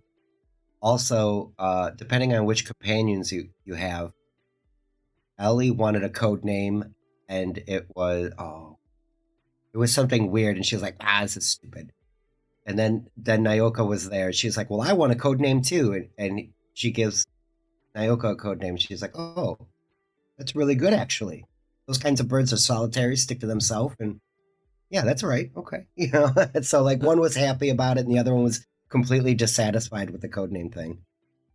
Which I love how expressive it's the companions are. I really like whenever they chime in, because they never chime in too much in dialogue. They never like speak for you, but occasionally the person talking will be like, hey, what do you think, companion? And the companion will have some dialogue and they'll be like, okay, cool, back to the main character.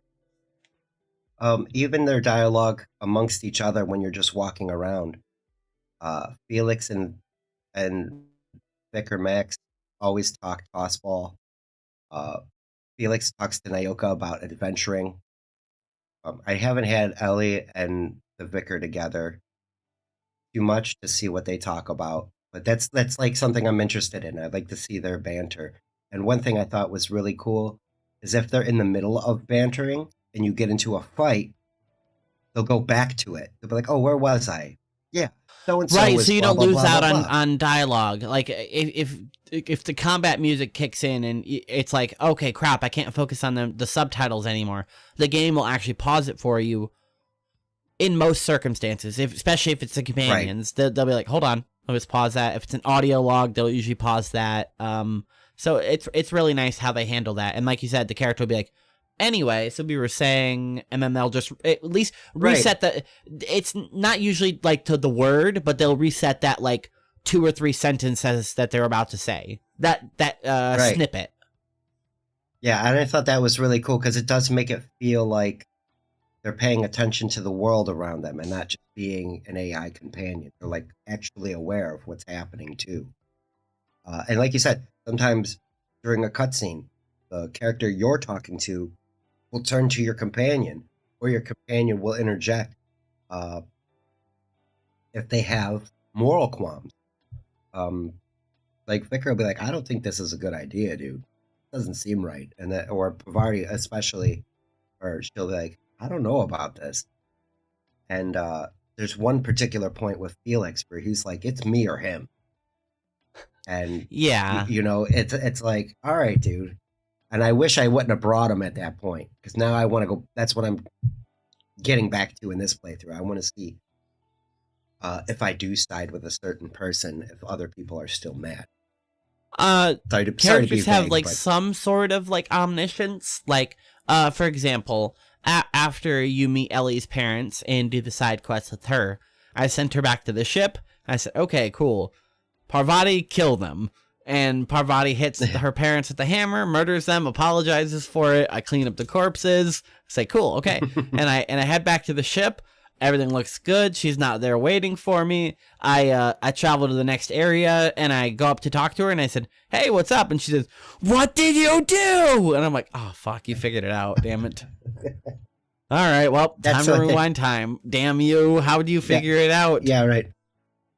Yeah, this is the game I did not have any apprehension saves coming on and trying to find out what happens if I do A, B, or C, or C, B, A, or me either, especially because your character in lore has chrono powers. So it is, you could just stretch the lore in your head a little bit, like your head canon, and be like, oh, okay, well, it makes sense that my character could do like not real time travel, but like memory thing, like kind of predict the future, walk through time a little bit predictively, and then if it doesn't go right, then go back to where you actually were. Kind of like that Nicolas Cage movie where he can like see like 10 seconds into the future. Yeah.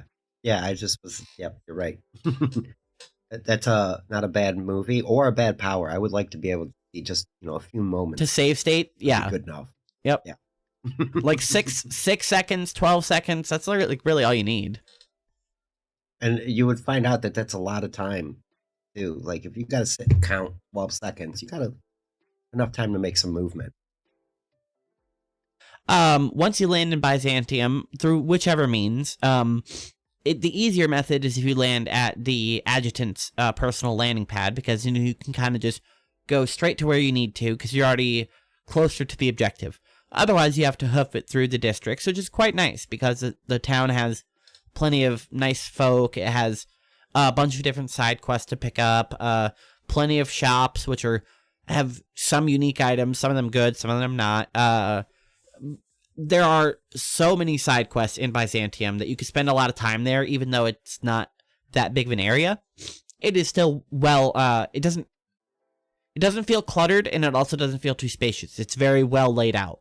It's kind of like a basic grid, except some of the grids are just like blocked off by buildings. So you got a couple main streets and then side streets, the alley. You got the little river going through the middle. I actually really like Byzantium. It's a nice town. It's obviously the nicest town in the game, but that's for obvious reasons. Right. They're the most wealthiest town in the Commonwealth.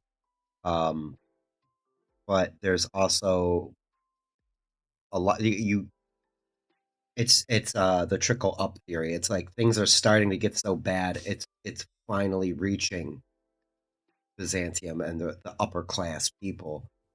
Like some people are starting to notice it. Yeah, people are starting to complain that, food isn't as filling, or, drinks don't taste as good as they used to, because, they're running out of resources to literally nourish people.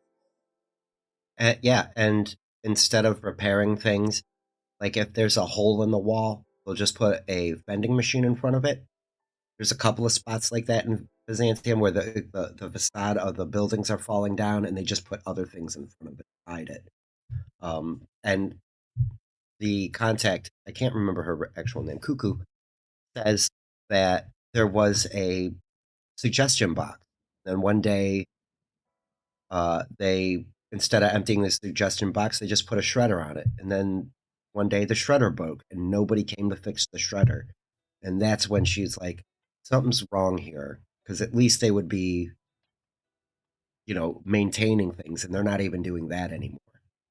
That is a very good observation. I forgot about that line of dialogue. It's a nice soliloquy. It's basically like a metaphor for what's going on around it. Right, like they didn't care about you, and you knew they didn't care, but now they're not even caring about the things. They're not even caring to make it look like they're trying to care. It's just falling all apart. Yeah, so whenever they stop disrespecting you and paying attention to you to at least say, go fuck yourself, it's like, what are you too busy with right now? What are you doing? What's wrong? Right. Exactly. You travel through Byzantium, pick up some side quests, do whatever you feel like, travel around. Eventually you make it to your way to Minister Clark's, and his place is kind of locked down pretty heavily.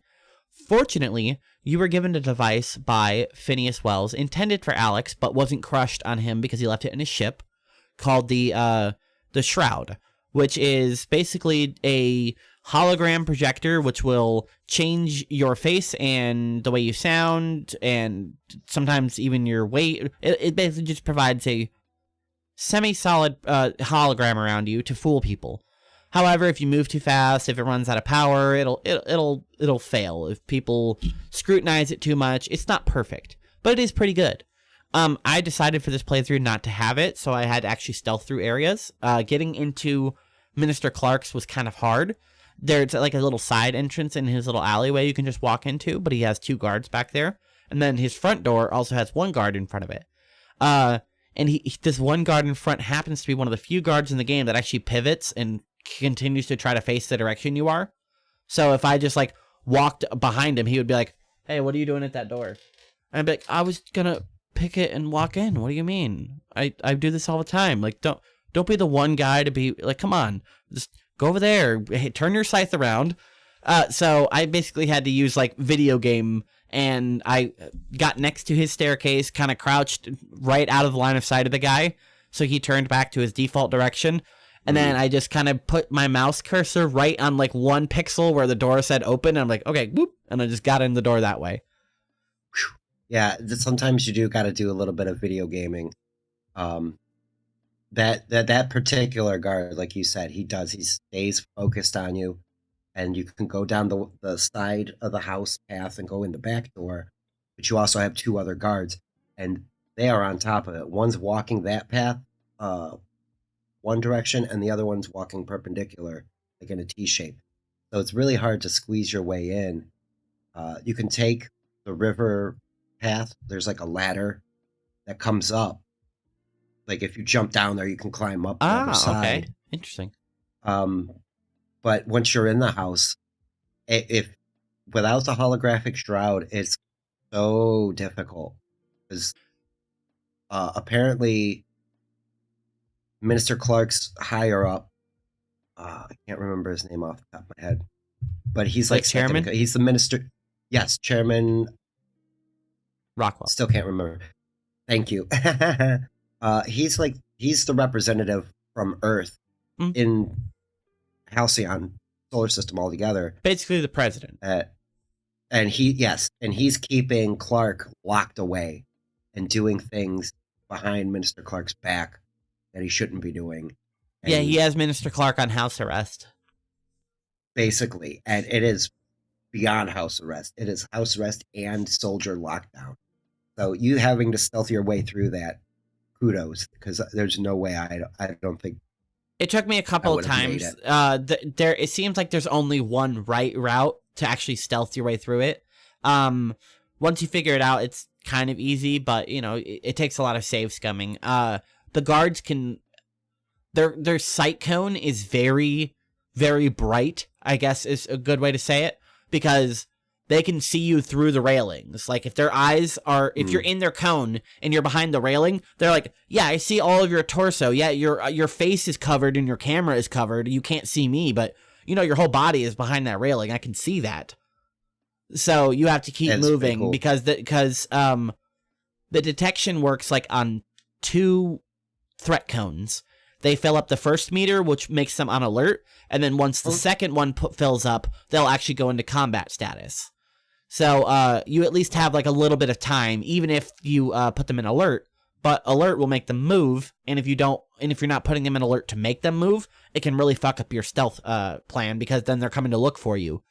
So once you get into there, you walk into his office. He's like, "Hey, how do you get in here?"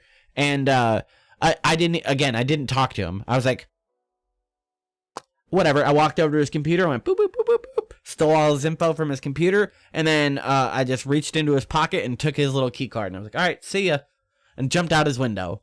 So he got robbed by like a silent protagonist, straight up. I walked in there, he's like, hey, what are you doing? How can I help you? Are you friendly? I'm like,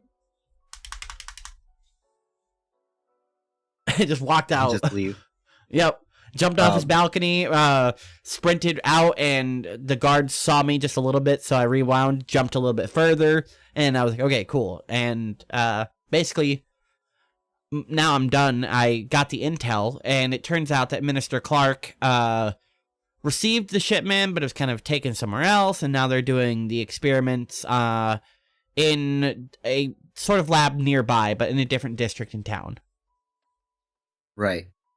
I spoke with Minister Clark, and he's very upset that you're in his office, and he thinks you are some type of, normal breaking and entering thief or a drug addict, and he starts talking to you in a certain. Yeah, I mean, I'm not saying that I'm not any of those things. I was both of those, so I mean, you're right. What do you need from me? I can give you bits so you can leave now. Like, he starts talking to you really loud and really slow. But you find out that he's under house arrest and all these things are going on around him without his knowledge. And like you said, you get intel to then help Phineas steal the gas that he needs to help revive the rest of the Hope. And man, it gets really deep from this point on, like the corruption, and you find out who's doing what and what's really happening. This is where I feel like it starts taking off. Up until this point, it's world building. Now we're getting into the skullduggery of corporate espionage. Muted microphone. It did it again. No, I toggle muted it over there. I forgot. Because I was coughing. Okay. Husey Entertainment says, still voting for Trump, Annie? DRWC says, isn't everybody? Husey follows up with, nice. And DRWC is asking how Hughesy's doing. Thank you very much for joining us, Hughesy. I appreciate it. If you've never played The Outer Worlds, you should give it a shot. It's fun. It's a little bit silly, but it's enough to keep you entertained. Once you get the information from Minister Clark, you head up into the upper districts of the town, and you have to actually go to Rockwell's office, where Adjutant Sophia Akande also happens to be stationed right next to him. So you head up there, and again, I kept in with the method of, I'm not talking to anybody here. Y'all are stuck-up rich people, and I'm a psychopath space bandit, so I'm just here for the objective. It's just a job, nothing personal. So I walked over, I picked his door, walked into the door, the receptionist got up, run over and said, "Excuse me, can I help you?" And I just looked at him, I said, "Okay, you're not initiating combat? You didn't call the guards? All right, cool." And I walked into the office, just kept ignoring him. I got to Chairman Rockwell's computer, and I investigated it, and it turns out that he was busy recording a sort of advertisement, public service announcement, whatever, to the citizens of Halcyon, saying, "Hey, we're starving. Sorry about that. Just wanted you to know. But we have a sort of plan. We happen to have a space machine that has a bunch of stasis pods on it, and we can just put you in stasis, and then we'll wake you up whenever the issue's solved. No big deal. Like, it's all good. And you'll have a job, and it'll all be good. Everything's fine. We'll just put everything on pause." That's basically their plan. Yeah, basically. Yeah. Now the caveat of this plan is the Hope, as I mentioned at the beginning, is full of people already. Yeah, they've been floating in space for like 70 years, and if you open it up, most of the people turn into goop. But yeah, a lot of those pods and people are still in there. So the board's plan is to commandeer the Hope, acquire it, and then systematically shoot everybody out of the Hope. Shoot all the goop into space, and then they'll have all the space pods, and then the Hope will be the Hope of the colony again. So, nice idea, except for the theoretical mass genocide that you have to commit to do it. And then also secondary theoretical mass genocide if the plan fails. So, it's a really shit plan B. Well, yeah, that's the thing. They're going to liquefy the people who are already there, the best and brightest, scientists, engineers, blah, blah, blah, to put all these blue-collar workers into the Hope and freeze them for no good reason, because how are you getting them back out if you can't get the best and brightest out? There's no way to unthaw anybody.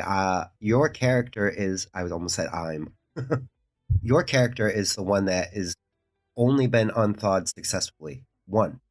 So even if they freeze everybody, it's not a guarantee that they're going to get those people back. In the game, your protagonist, in like the game files and like on the wiki and stuff, is referred to as the Stranger. And I think that's fine. But you don't ever, like, except for a couple times, walk around and not give your name. You either pretend to be Hawthorne, or you just say whoever you named your character at the beginning of the game. So I really wish they would have changed the Stranger to just be the word you. You did this. Okay. You did this. Because you're supposed to be whoever you were. You're like, I mean, I guess, like, for the purposes of the role-playing game, you just got woken up out of the pod. It's you did this. You did this. Yes, you are the colonist revival person, but that's too long of a name. It's just, it should be you. You did this. You did that. You did this. You saw this. I think they were trying to stay in that Fallout thing because, like, the Stranger, the Wanderer, the Lone Survivor, the Courier, right, Lone Survivor. I get that, but I feel like it would have just been a little bit nicer, like a name, because the game is a lot more about what you do, what you experience, how you feel, how you influence things. Yeah.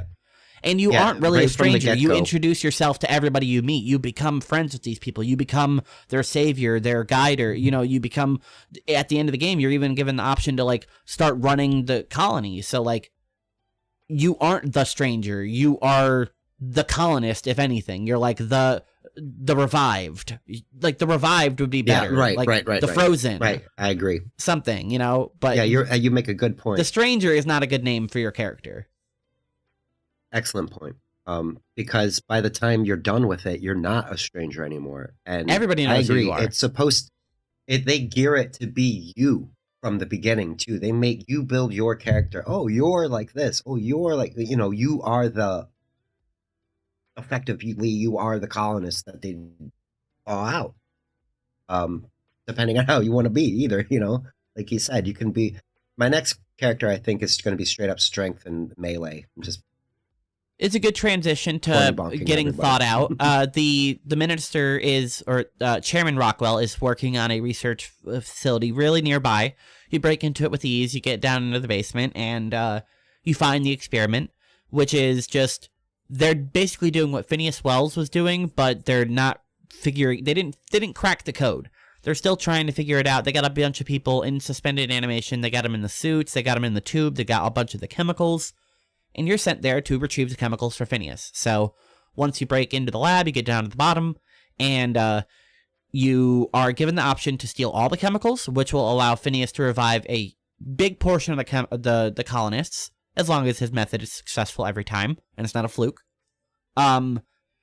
Alternatively, you can steal just enough to safely steal the excess. Like, say, I think you can steal like 23 point something %. And if you steal 24, then the project will start failing. So you just steal all of the safe excess of it. That'll only allow him to revive some colonists, though. So it's a moral quandary here of, do I kill a few research subjects that might not even be able to be revived and give the chemicals to this guy who can revive them? Or do I just steal enough and then, if I have to, I guess theoretically come back here and steal more later? Although that's not an option in the game, it is like a theoretical that you could do, so you have to make that argument. What did you do? Yeah, okay.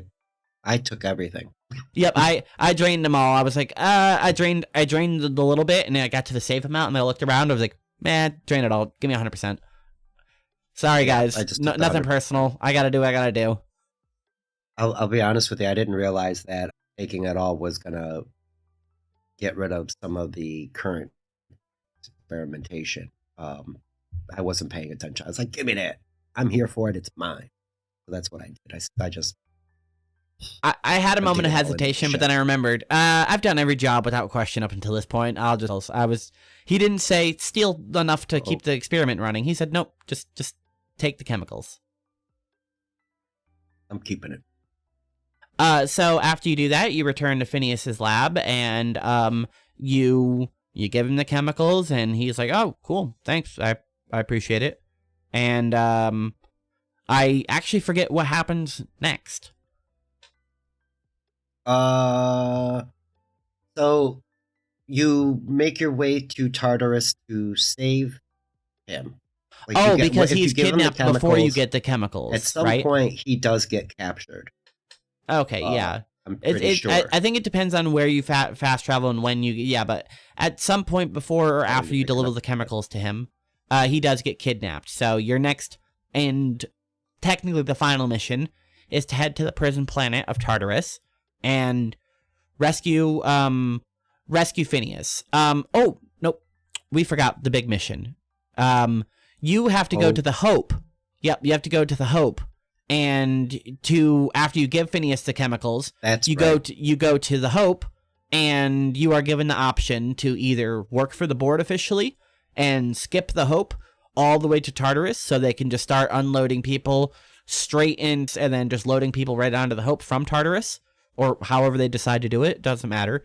Or you can skip the Hope to the Terra 2 right outside of his laboratory. Whichever you decide to do will kind of finalize your alliances in the game. I'm pretty sure that's what I did. I skipped it right outside Terra 2. If you skip it... There's some big trouble going to happen if you don't skip it the right way. Like, you run the risk of destroying a lot of people. I really wish that was like an option. You are basically given 3 options at this point. Go to Tartarus, go to Terra 2, to Phineas's lab, or send it to the sun and just kill it.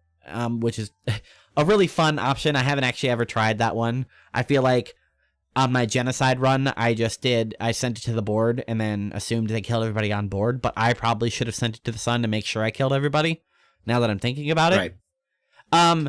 You are near the end of the dialogue, the ship warns you that you might risk it, so you're given the option, if you have enough science and intelligence, to do it yourself, and you can skip it instead of letting Ada do it.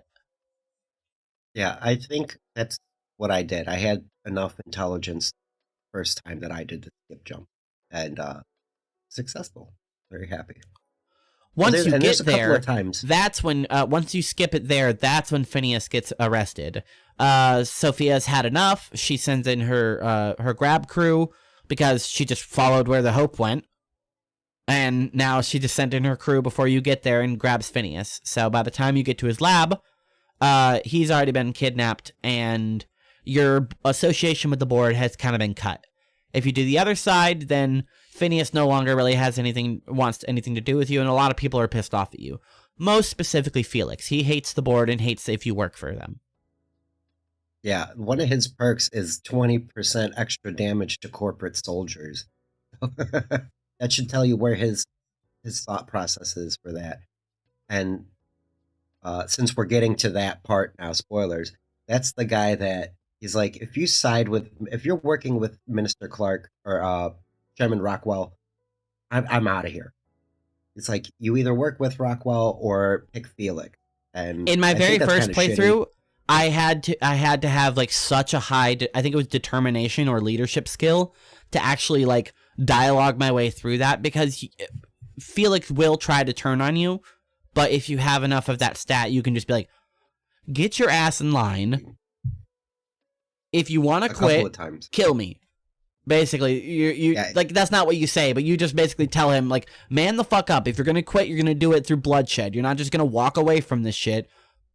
That's not the contract you signed. Exactly. And a couple of times you can do that with determination. You just, with Pavardi, like, if you kill Reed in the beginning, oh, you just ended his life. I don't know if I can be on your crew. It's like, shut up, be on my crew. And she's like, okay. Not happy about it, but she'll stick around if you have the determination. Right. Yeah, I think the leadership is the little bit softer like option for that. Like, you're not as gung ho, but typically I had higher determination, so I would just use the determination or put on the hat for it or whatever, which is something I like. A lot of the gear has good stats. Like some of the like legendary gear will give you plus 10 of a certain stat, and it'll give you like plus 1 character, because you have skills and then you have stats. So yeah, it'll give you like plus 10 skill points for a certain skill, and then it'll give you plus 1 stat, like plus 1 perception, plus 1 temperament. And the temperament will give you plus 10 to like 3 or 4 skills. Okay, yeah. That's how that. It's really I found myself changing outfits a lot depending on where I was in the game.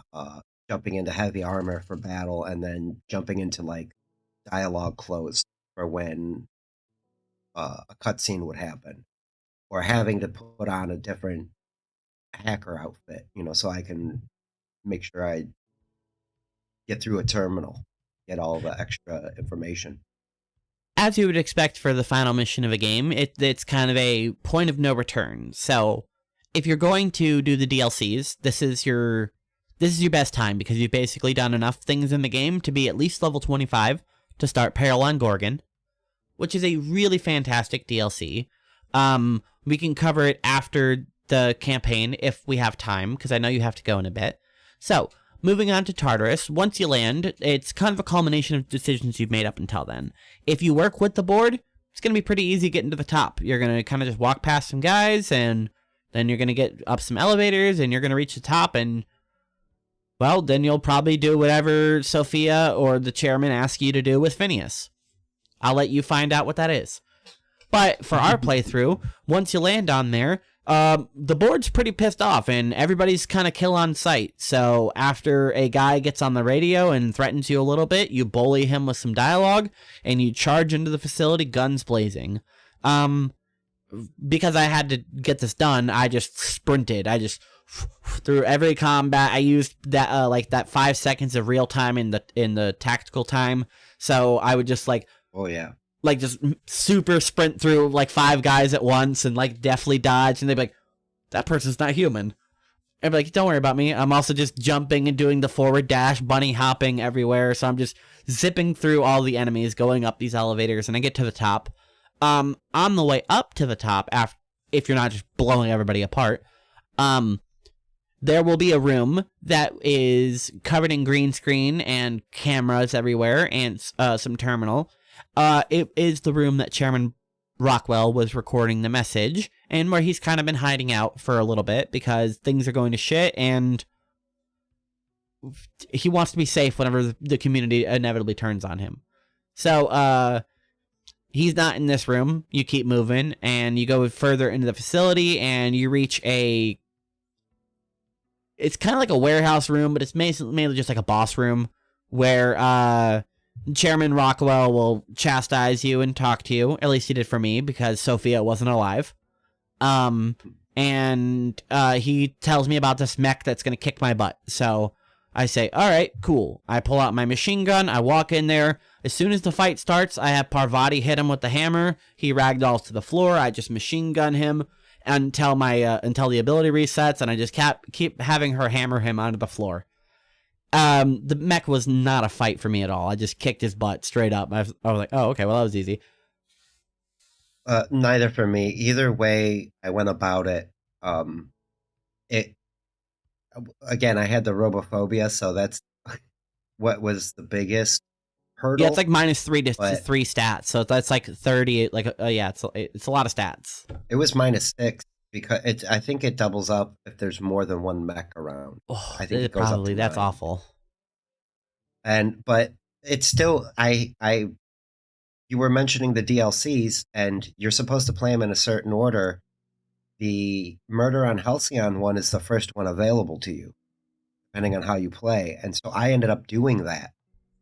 And by the time I got to the point of no return, I was like at level 30 something. Like, oh, okay. And if you're up there, they do scale, but it wasn't as tough as a fight as it could have been. And the second playthrough was dialogue options. I had my persuade, like you said, if you get your persuade up to like 150, you can just you brute force through everything, and you can convince Akande to leave. You can tell her, quit, yeah. hey, beat it, and we'll take care of everything from here. So my first playthrough, I didn't side with the board at all. I was totally anti-board. They were gone. In the end credits, you find out what happens with Akande and what she actually does, and she's not as shitty as a person as you think. Yeah, no, she's got a really rough exterior. There's another way to beat that fight too. Right before you go in to fight the mega locked door behind like a level 100 something lock. Oh, there's a terminal. Yeah, and then if you hack the terminal, I believe you can just disable the mech. Correct. Yes, yeah, the terminal, like especially if your hacking skill is up there. I also think you can shut it down from like how you can pickpocket, like if you sneak up behind it at a certain point, or at least some of them. I think you can do some hacking, and it'll at least target other auto mechs for a certain amount of time. Am I still sounding and looking okay? OBS is having some connection issues. Your frames are dropping a little bit. It happened a little bit before too. I didn't know if it was you or me. Spectrum stinks. Yeah, OBS is fluctuating its connection thing, so we'll wrap up here soon. It looks like it's still recording locally, so if it fails, I can just put it back out with the StreamYard recording. That's what I'm doing this time.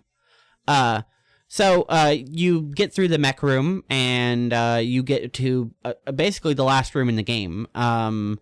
If you didn't talk Sophia down, you're going to have to likely fight her, and I was very against the board, or the board was very against me. I was pretty neutral. I only had against Akande, so I killed her, and then the entire board said, nope, kill on sight. This person's against us forever. I said, yeah, I understand that. That's fair. I don't blame you. But I also have nothing against you guys. So I walked in, and I saw Chairman Rockwell standing in the room that Phineas is locked up in, and he immediately opens fire on me. So I killed him in a matter of seconds with the rocket launcher that I got from the Paralon Gorgon DLC, and I just blew him to smithereens. There was no Sophia interaction there because I had already murdered her, so she wasn't in the cell with Phineas. So there was no dialogue there. I immediately finished the quest, confront Sophia. I said, yeah, I already did that a couple days ago when I blew her head off in her office. I hope you all remember that. You're probably still cleaning it up. After that, I talked to Phineas, and Phineas kind of, as long as this is the playthrough that you're doing, similar to ours, he will approach you very similarly. He will come up and say, basically, hey, thanks for saving me. I appreciate it. Why'd you do it? And you're like, well, because whatever reason I give. For me, it was just, it was a job, it's not, what was I going to do, leave you there? I don't know, man. It's whatever. I felt like it. Basically, that's what it was. And he thanks you and then offers to kind of give you the promotion of running the colony, if you would so please, because the adjutant's dead, the chairman's dead, and the minister is in lockdown, and nobody likes and respects him anymore, so he's basically removed from office anyway. There's a huge opening in the politics sphere, so do you want to run that? And you're given the option to do it. You can work with Phineas to help him revive the colonists and stuff. Or the third option is, I'm just going to continue to do whatever I want all the time forever, just like I usually do.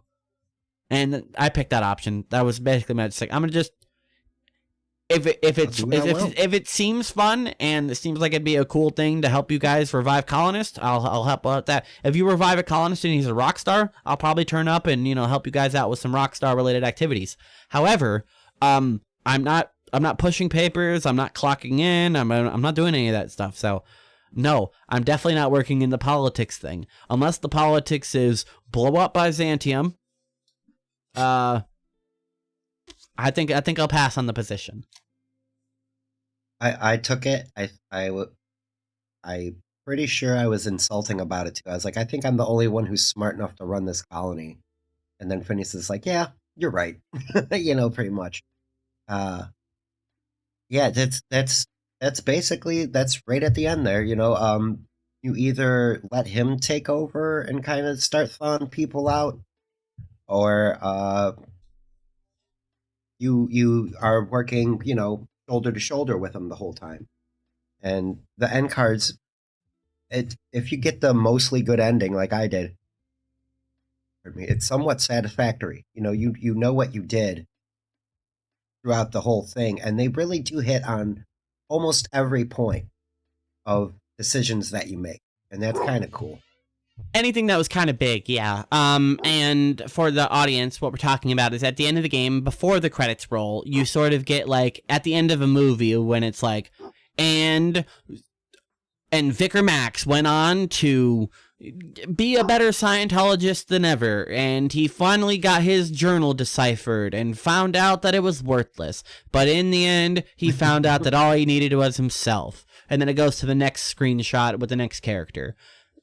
So, it's not the most bombastic or cinematic ending. It ends with you killing or not killing a couple of people and then having a conversation and then a bunch of JPEGs going on the screen with the guy narrating. Not a bad ending. And like you said, if you just appreciate that it's wrapping up things, it does a really good job of it and covers almost everybody's story. And it lets you know that, the narration is taking place at least a handful of years later. This may be something that somebody is retelling. It obviously isn't being told like after the minute it happens, because it talks about how you went off to do this and Phineas lived the remaining of his years doing this. So presumably after, or in Outer Worlds 2, he's probably going to be dead. Because it says that his remaining years. So unless he's going to be really old in number 2 and be about to be dead, he's probably going to be dead in number 2, which is fine. Most of the characters wrap up pretty nicely, and I would be curious to see where the second game takes it, because unless it does a like BioWare thing where it's like, hey, plug in your save and everything, that all of your choices are going to affect your new game save, or you can start as a new character and we'll put you through the canon ending of the first game. I don't know which one they'll take.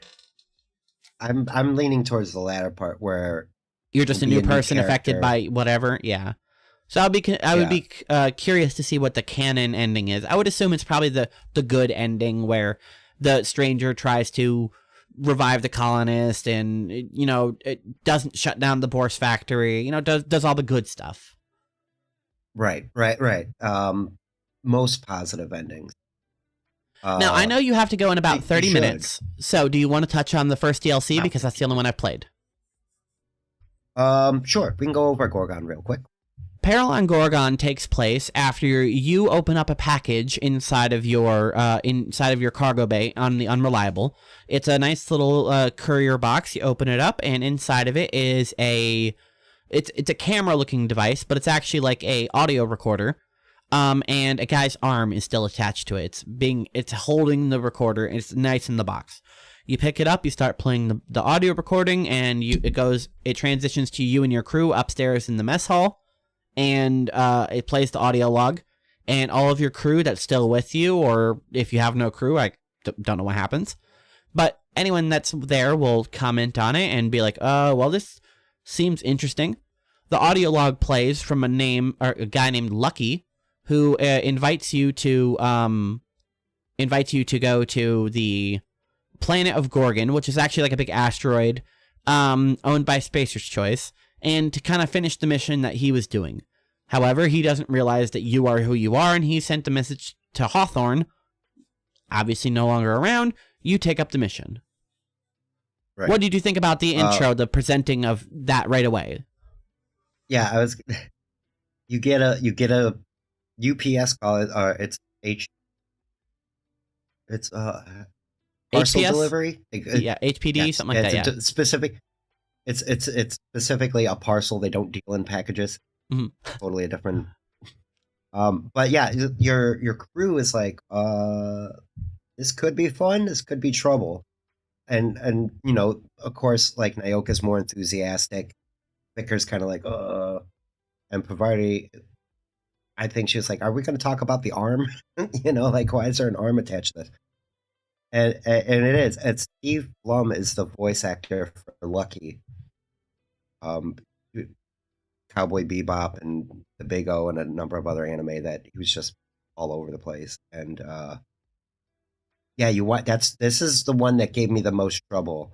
Like I said, I think I ended up playing Murder and Halcyon first, but when I got to Gorgon, I was getting my ass handed to me. Even though I was in an upper level character, I think still it's because scaled and gave me problems. they also have a ability that no other Marauder has had up until this point. They are hyped up on Adrena time, so they can kind of move at that enhanced speed that you can. They don't really have like the chrono ability. They can't like crit shot you and auto aim or do any crazy shit that you can do in your chrono ability. But what they can do is they can activate it for just like 1 or 2 seconds and like move really, really fast. So especially for the melee enemies, they can immediately be on top of you and make you reposition, or just have to tank some melee damage, summon your companions to do their ability. It immediately puts you on the defensive in a panicky way, which is not something that Marauders have typically been doing up until this point. And there seems to be the new class of Marauder Colossus, which is a huge melee dude who will just slowly chug at you, and if you don't take him out, he's going to kill you in 1 or 2 hits. Yeah, that's exactly what I ran into. The melee Marauders dodge a lot faster, and they are on top of you a whole lot faster.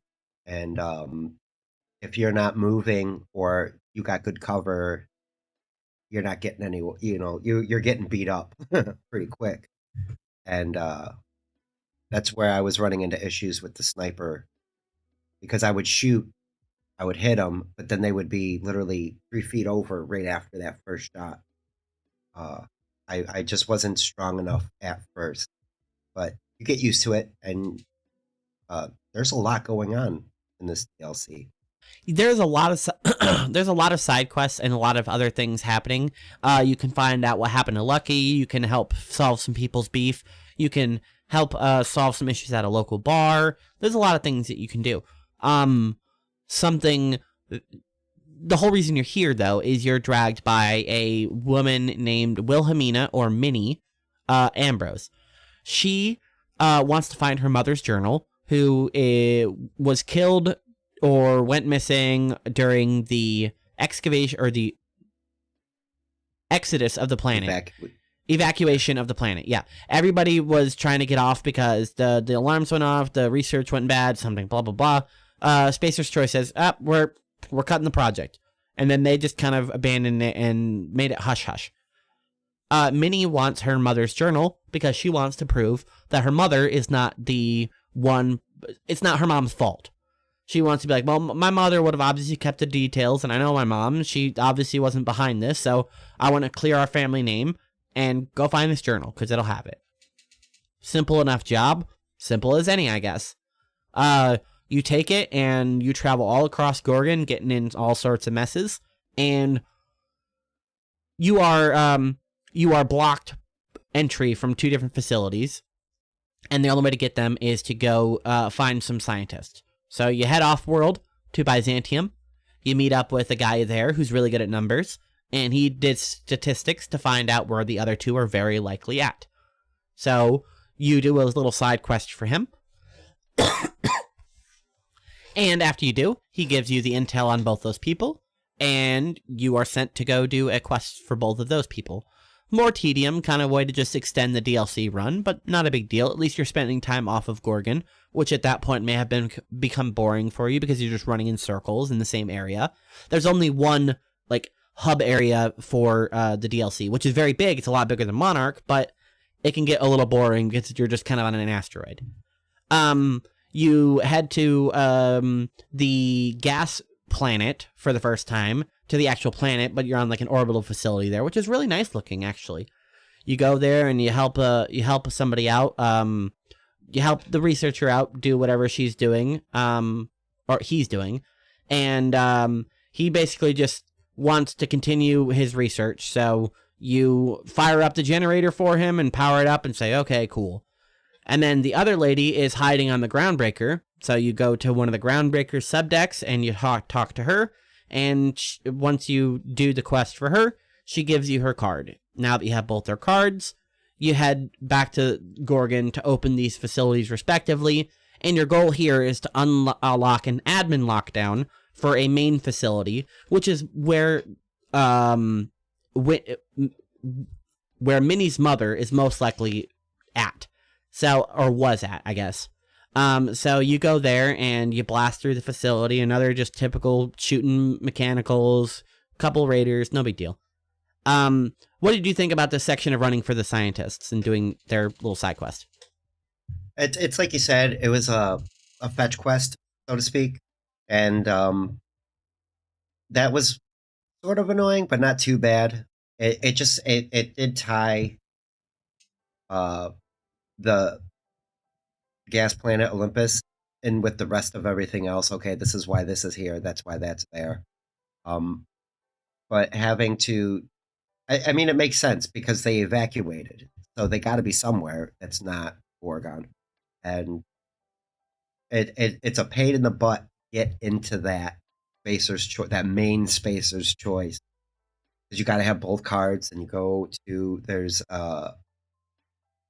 what's the one called? It's something and accuracy, like it's like a very bureaucratic building, and then the other one is like a sub scientist experimental building. And there's a lot of interesting, like, you find out so much about what all these corporations are doing. We're not going to be able to get into the Halcyon one, but this is the Spacer's Choice. You find out about them. More specifically, how they're testing a stimulant called adrenatime, which you may have taken in your playthrough, which will slowly corrode the mind of its user, and they created Marauders. It's, unless you read all of the text, it's not exactly specified, but basically just abuse of the drug will drive your mind into oblivion, and you'll just become a mindless killing, eating, looting machine, and that's basically it. So the big thing is they were trying to remove the side effects for it, but things went too bad, so Spacer's Choice has abandoned the project. You finally make it into the facility, and you, during a couple of the encounters, a mysterious voice has been coming over the intercoms, warning you to back off and setting mechanicals on you and springing traps, locking down doors, just being a nuisance.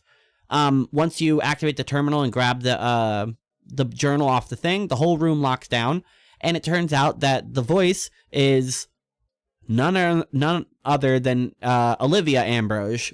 So turns out she's alive. Yeah, And and she's just she's doing whatever she can do to dissuade and lock down Gorgon to stop it from ever being revived, because she doesn't want Adrenatime being booted back up. But she also doesn't want it being destroyed because, you know, people live here and whatever. I don't know why. Sorry. At this point, Olivia and Minnie kind of have a fight, and Minnie's like, nope, I want to restart the Adrenatime, clear our name, and make us famous, and we can really help the colony. If we cure the side effects, we can make Adrenatime the most productive thing, and we can actually use it to solve the other problems because people will never have to sleep. And her mother's basically like, okay, yeah, sure, that sounds great.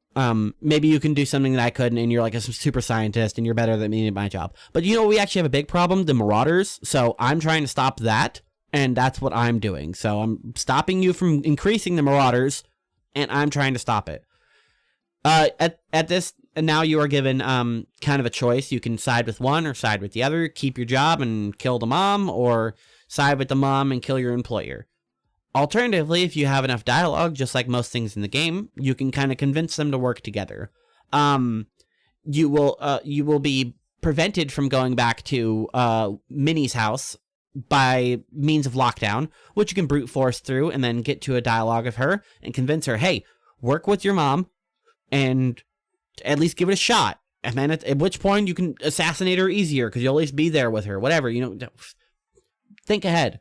Then you go to her mom and kind of convince her the same thing. You're like, hey, stand down. Your daughter wants to work with you. Just come together amicably, and you can solve this issue. Is that how you chose to solve it? Yeah. This is one of the ones that I did find out all the answers. Like, what if I kill Minnie? What happens? What if I kill Olivia? What happens? But ultimately, I brokered for the better ending. If you kill Minnie, you get a certain gun, and if you kill Olivia, you get a certain, in my opinion, is a better gun. But then it's at the expense of the colony because they are the only two that are looking for a cure for the Marauders. Everybody else has bigger deals. That know, yeah, right.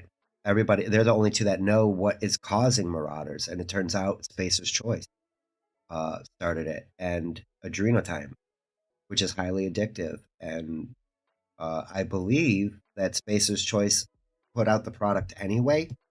Yep. That's why the one... Oh, go ahead. Yeah, it's still marketed. You can still find it throughout the place. You can buy it at vendors. Still, enemies will have it on them sometimes. And it's one of the most common drugs. The mortician barber shop guy who we were talking about before, he was like, oh no, it was the drugs that's what he was on. He was on Adrenatime. And so the Adrenatime caused him to shoot himself, which is a different thing than actually committing suicide. It was a known side effect from the drug. Like, they are putting out the drug with the side effect. You may become a marauder. They don't say it like that, but they say that. You might just go crazy and do some silly shit. It's just a side effect. But Adrenatime's going to keep you going and keep you productive at work, and that's what we really want. And everybody in this whole colony is so hell-bent on being like a good employee. That's one of the most disturbing things in this whole game to me, is how everyone's so loyal. Yeah. Right. It's so crazy to me. I think you're absolutely right, especially the Spacer's Choice too. Yeah. Yeah, they're definitely not happy. If we get to come back and talk about the Halcyon DLC, Murder on Eridanos. Talk about yeah. That's the name. I can never say Eridanos. I always get it wrong. Eridanos, I think. You find out what Rizzo's is up to. Ooh, okay, cool, good. I get to touch on them. We do have to wrap up though, because I know you have another show to get to. So we want to hit the 2 quick segments that we always do at the end. What was your favorite part of The Outer Worlds? It was probably there's a lot of fan service, but you got to be a fan of the things that they're trying to, like, a lot of people know Futurama, but every quest in the main quest is a science fiction book. Die Robot, iRobot.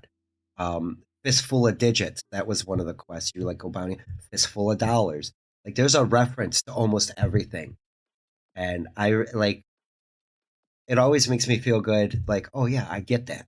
Like when you see a little tiny thing. I think that's a really good answer. Great reference to science, a lot of sci-fi. If you're into science fiction on any level, especially pulp sci-fi, or if you like Futurama a lot, this is right there. It's in that flavor, yeah, just absolutely. Enough comedy. It's enough comedy that keeps you smiling through the whole game, and enough grounding that it makes it feel real enough. You're not playing a comic book. You are playing a good role-playing game that just happens to have some really comical elements. Yeah, it's a really good role-playing game that's carried by other elements. DRWC show says there's a lot of Heinlein in there, yes, too. And he says this game is so fucking chef's kiss. Absolutely. Yes, this game is really good. I'm really glad I was able to touch back on it, and I'm really excited for the second DLC. Now, as far as my favorite part is, it's another like subtle part of the game. It is the contingencies and backup plans, the sub-writing of the game. As I mentioned, every single NPC other than your crewmates are murderable. You can kill every single person in the entire solar system. And because most people have their key items on their body, like if you need to get into the geothermal plant, you can blow somebody's head off, take their card key, and just walk in the front door. If you needed to decipher this terminal, but the guys no longer want to interact with you, you can go find his terminal and get his password off it, or kill him and take his key card and just unlock his terminal that way. There are very little situations ever in this game where you can find yourself being like, oh, fuck, I messed up and now I screwed up. Yeah, you might have not done the thing you were intending to do, but there's rarely, if ever, and I've never come across it, a point where you make a decision and then you're like locked out of doing something, or like you can no longer get something. Sure, you might no longer get the quest reward. You might no longer get like the extra bits or the extra experience for doing it this way. But there are, especially with the main story quests, there are no situations where you can make a wrong decision. Right. Like you had mentioned, you went into Minister Clark's house and you didn't even speak to him. You just pickpocketed him and read his terminal and you were on your way. So you didn't have to worry about any of the other things. There was one item, I still don't know what it's for. Gladys has it in her safe. It's like a stamp. And that tells me that there's some avenue that I didn't take. Because it's a key item. Mm-hmm. It's locked away, and it's only one. There's only one of it. So that's what's great about it. There was one other character that what you were talking about, I want to find out now, and that was Udam, who's on the Groundbreaker. He does eventually die, and a guy comes and takes his place. Well, I want to see what happens if I kill that guy. Will the third guy come and take his place? You know what I mean? I thought about doing that, just killing the board representative and be like, this is supposed to be like a board-free zone. Let me just wipe them off the planet for you, or wipe them off the ship for you. That's what I want to see. So, there's reasons for me to go back and have replayability with this too, which is always a great aspect for any game. Role-playing games have the most replayability. But especially if they're an immersive sim too, like you can approach things in different ways. You can stealth through it, you can run through it. You could be the dumbest guy in all of the colony and still just brute force through things. And that's what I'm going to do next. Is low intelligence, high strength, not so charming. I'm not going to be able to persuade my way through everything. Which I find to be it's fun. It was such a fun game, and I would be happy to have you back for a quick bonus episode to talk about things we missed and to do the last DLC if you wanted to plan that in the future. But for now, let's just get our plugs out of the way and wrap up.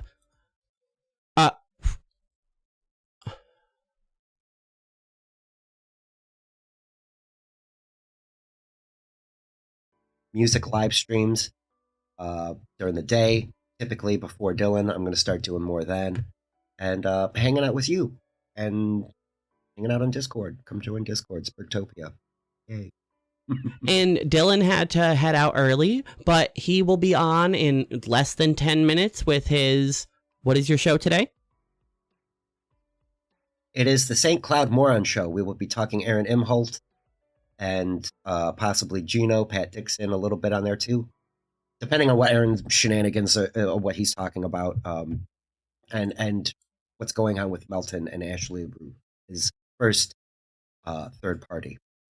And you can find Dillon at Dillon from Somewhere on YouTube. He's monetized, so if you want to super chat him during the show, feel free. Otherwise, join and get a membership, and he does exclusive member content. Otherwise, it's always nice to support a fellow creator. As I mentioned, that's Dillon from Somewhere on YouTube. Thank you so much, Dillon, for your time today. And thank you, Sperg Snake. I appreciate you. Is there anything else you want to mention before we get out of here? Not anything particular. I appreciate you, and thank you for having me back on. Of course, I'll come talk about the Murder on Eridos and any other games you want to talk about. Just let me know. Give me a heads up, and we'll make arrangements. All right. Thank you so much, audience, for joining us. I appreciate the chat interaction. Until tonight, we'll see you next time.